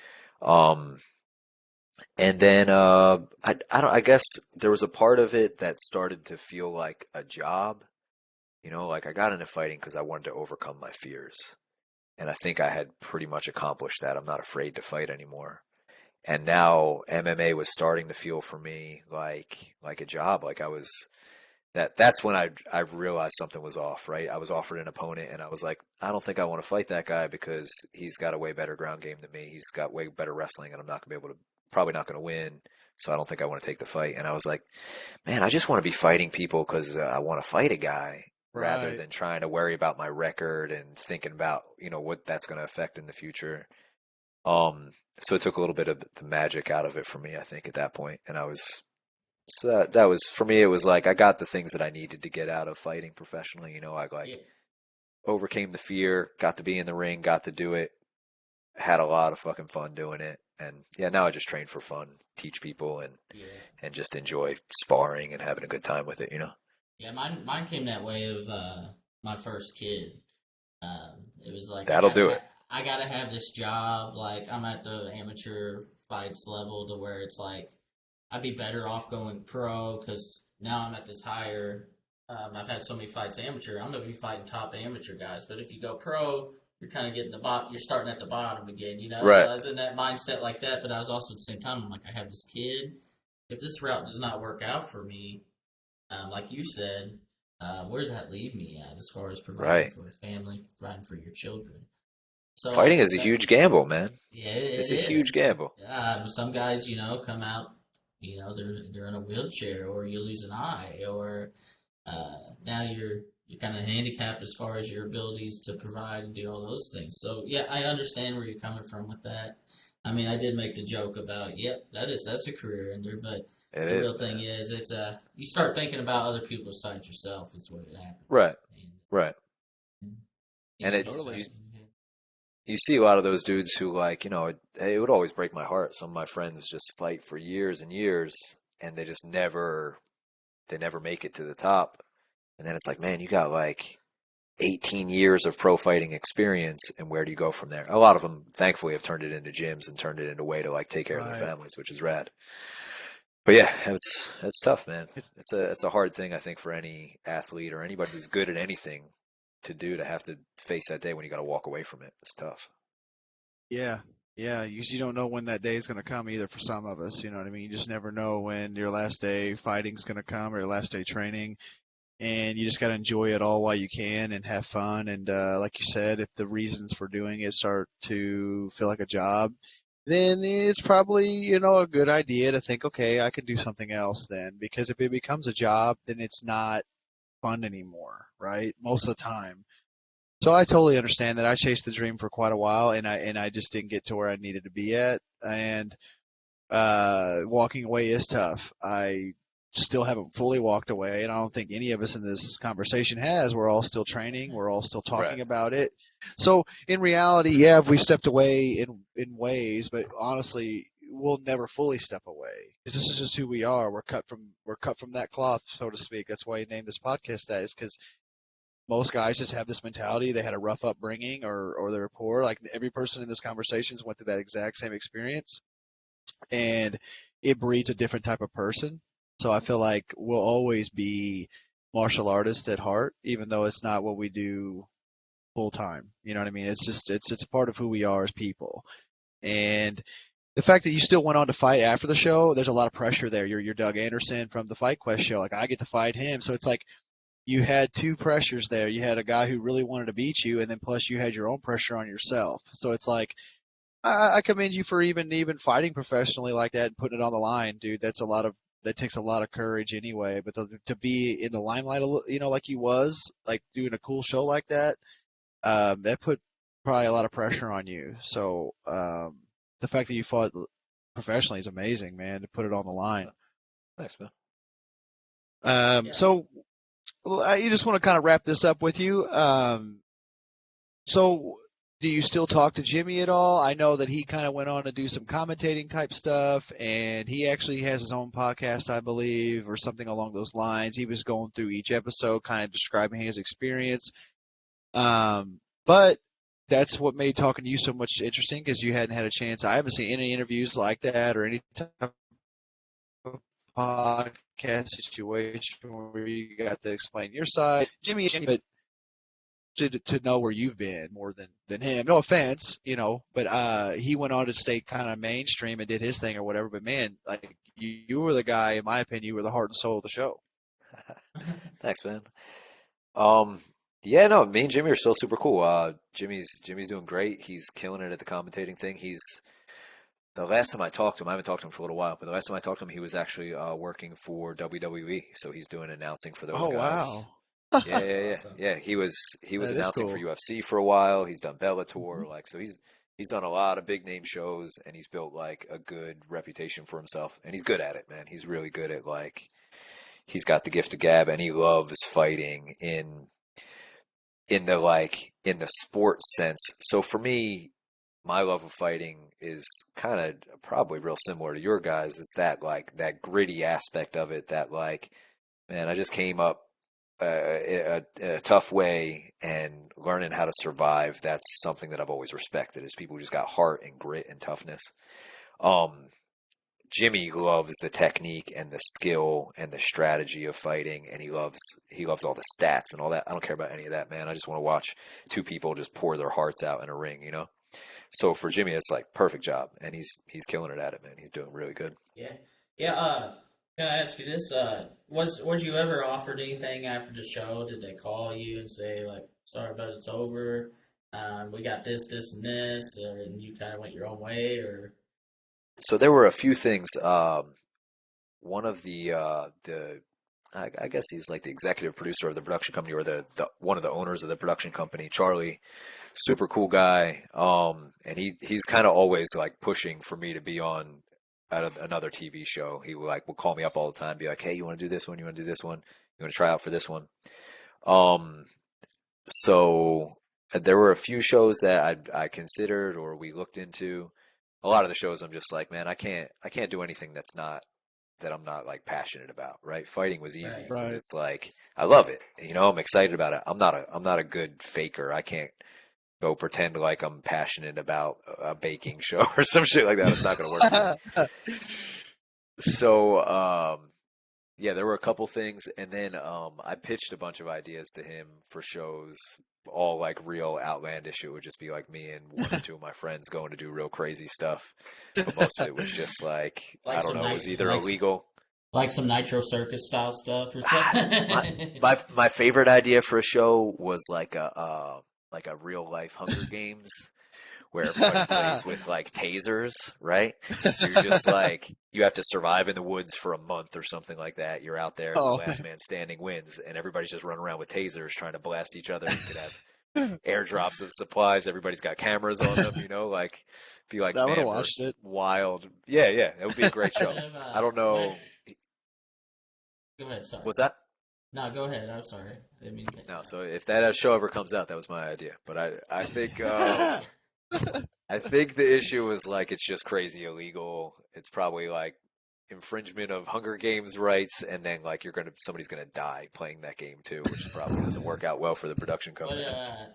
do you watch any shows currently, like the Lone Show, where they put you out and Yeah, I love Alone, uh, man. Alone's super cool. It's a great show. so I know they're It's coming out with this new celebrity like SEAL training show. Would you ever do that one? I don't know. SEAL training. I don't think I'd do good at, man. I'm a horrible swimmer. Water. Well, I'm not a horrible swimmer anymore. I'm a decent swimmer now. Water was like one of my biggest fears for most of my life. Yes, Uh, that is one of my fears too. Like even if it's a lake and I'm out in a boat and I can't see the bottom, I'm like, man, I'm not so sure about this. yeah, dude, it's scary shit. It was always terrifying for me. I donated a chunk of my liver to my cousin a couple years ago, and the only thing I could do while I was recovering for exercise really was swimming. So I was like, you know what? I'm going to take this time Oh to like wow. to say fuck you to this fear and to beat it. So I had like a month or two where I was just swimming every day and I got decent at it. I'm still not a good swimmer, but at the end of that, I could swim a mile and I wasn't really the key was I could swim a lap and not fucking panic. You know, like all the rest of my life, I would be in the pool, get halfway across and be like, I'm going to fucking die and start panicking. Um, Yeah. but yeah, so I beat that, but I still don't think I'd be down to have some dude like dragging me under the water. I'll just start trying to fight the instructor. Um, but those challenges are always That's interesting to funny, me. man. When I was younger, that was always like a huge thing for me in the military. It was like I always wanted to go to Ranger School. I wanted to go to SF, like just to like push it. I Yeah, think that's what and I, most fighters are looking at, right? Like well, that's we what just I want to see think what our too. limits are. Like, cause I was like myself, like I said, I've been in For 13 sure. years now. And like a lot of people you see come and go. Like I think there's three people that I deployed with that are actually still in out of like 120, you know. Wow. And Yeah. like some people, these younger generation are like, what made you stay in so long, you know? And it's like, I'm not done achieving my highest level in this yet. When I get there, I'm, then it's retirement time, hopefully. But I was like, there's so much stuff to achieve, still in that career field that I have not achieved yet. I really just don't want to go out till then. So it Yeah, was kind fuck of yeah, man. like, I respect it. but I learned a lot from the fighting side. We talk about this setting your goals. My goal in MMA was like I just want one fight. I never put a goal in my head saying I want to be champ. I never did any of that. So in my mindset, like I got my one fight, I didn't win. Got my next fight, didn't win. It was like this is what I wanted was to win one MMA fight. And after I feel like I won that one MMA fight and I put so much work into it, I reached my goal. I was kind of over it, in and out of training, then not doing my fulfillment. So like I trickled here and there, won some fights, lost some fights after that. But and I say that a lot.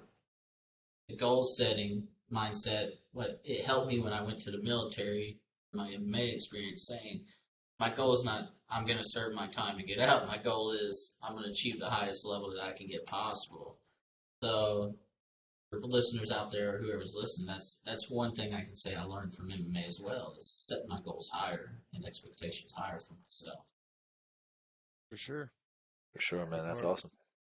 So what are you up to these days now, Doug? I mean, I know you haven't been on the show in a while. It ended, I guess, in 2008, which was a shame. I was disappointed as I looked for it to keep coming back, and it never came back, which was a bummer. But when I saw Jimmy doing his commentating, the first thing I thought was, I wonder what Doug's up to.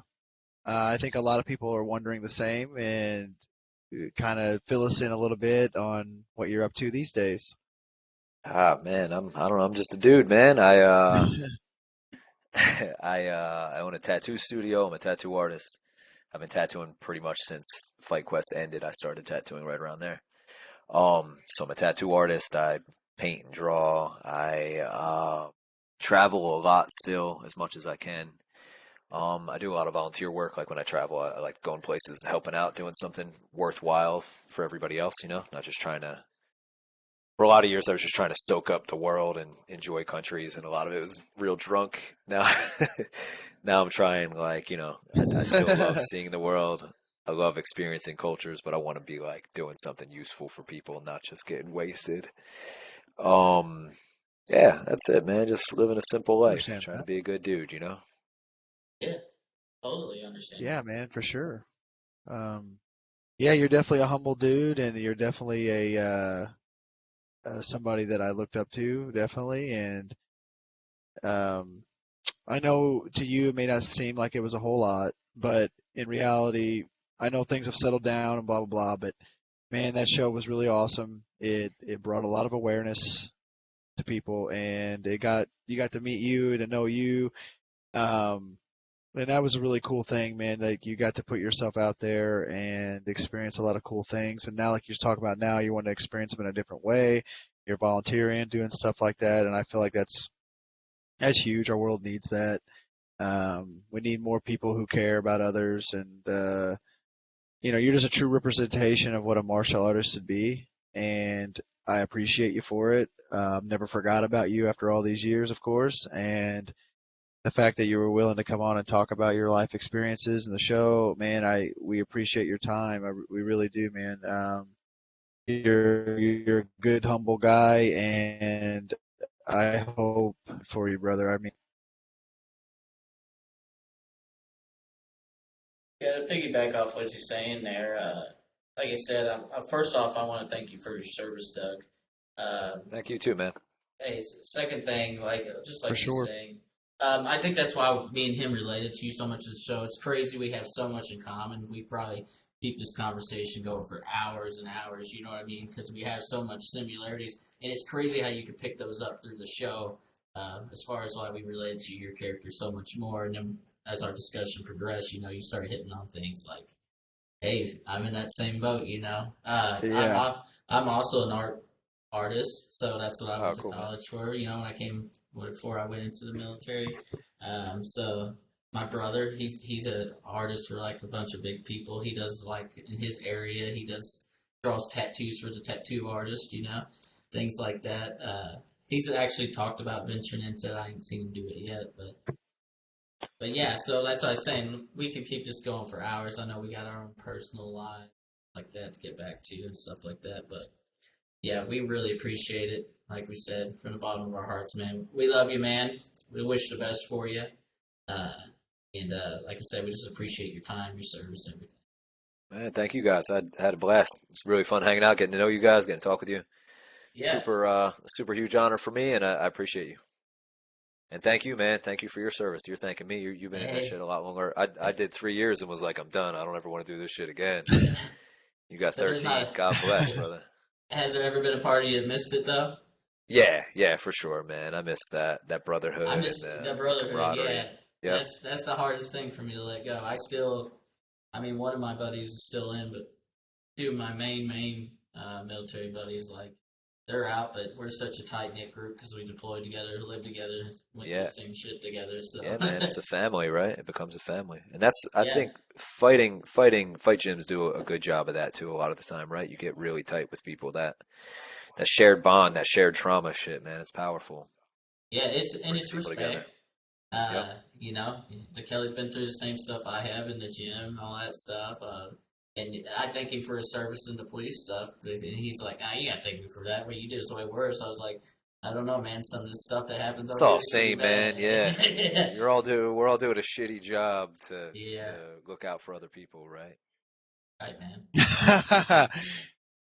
For sure. Man, like I said, really appreciate you and appreciate your time. Hopefully we can do this again soon. It'll be a little less formal, just maybe just get a chat and keep connection, man. Yeah. I hope this story gets out there, and I hope many people get to hear it and get to catch up with you a little bit. And also, man, I appreciate you just for just being a martial artist, man. Thank you. All right, boys. It was really good talking to you, man. You too, man. Have a good night. Take care, guys. Yeah. Later. Good night, brother. See Peace. ya. Well.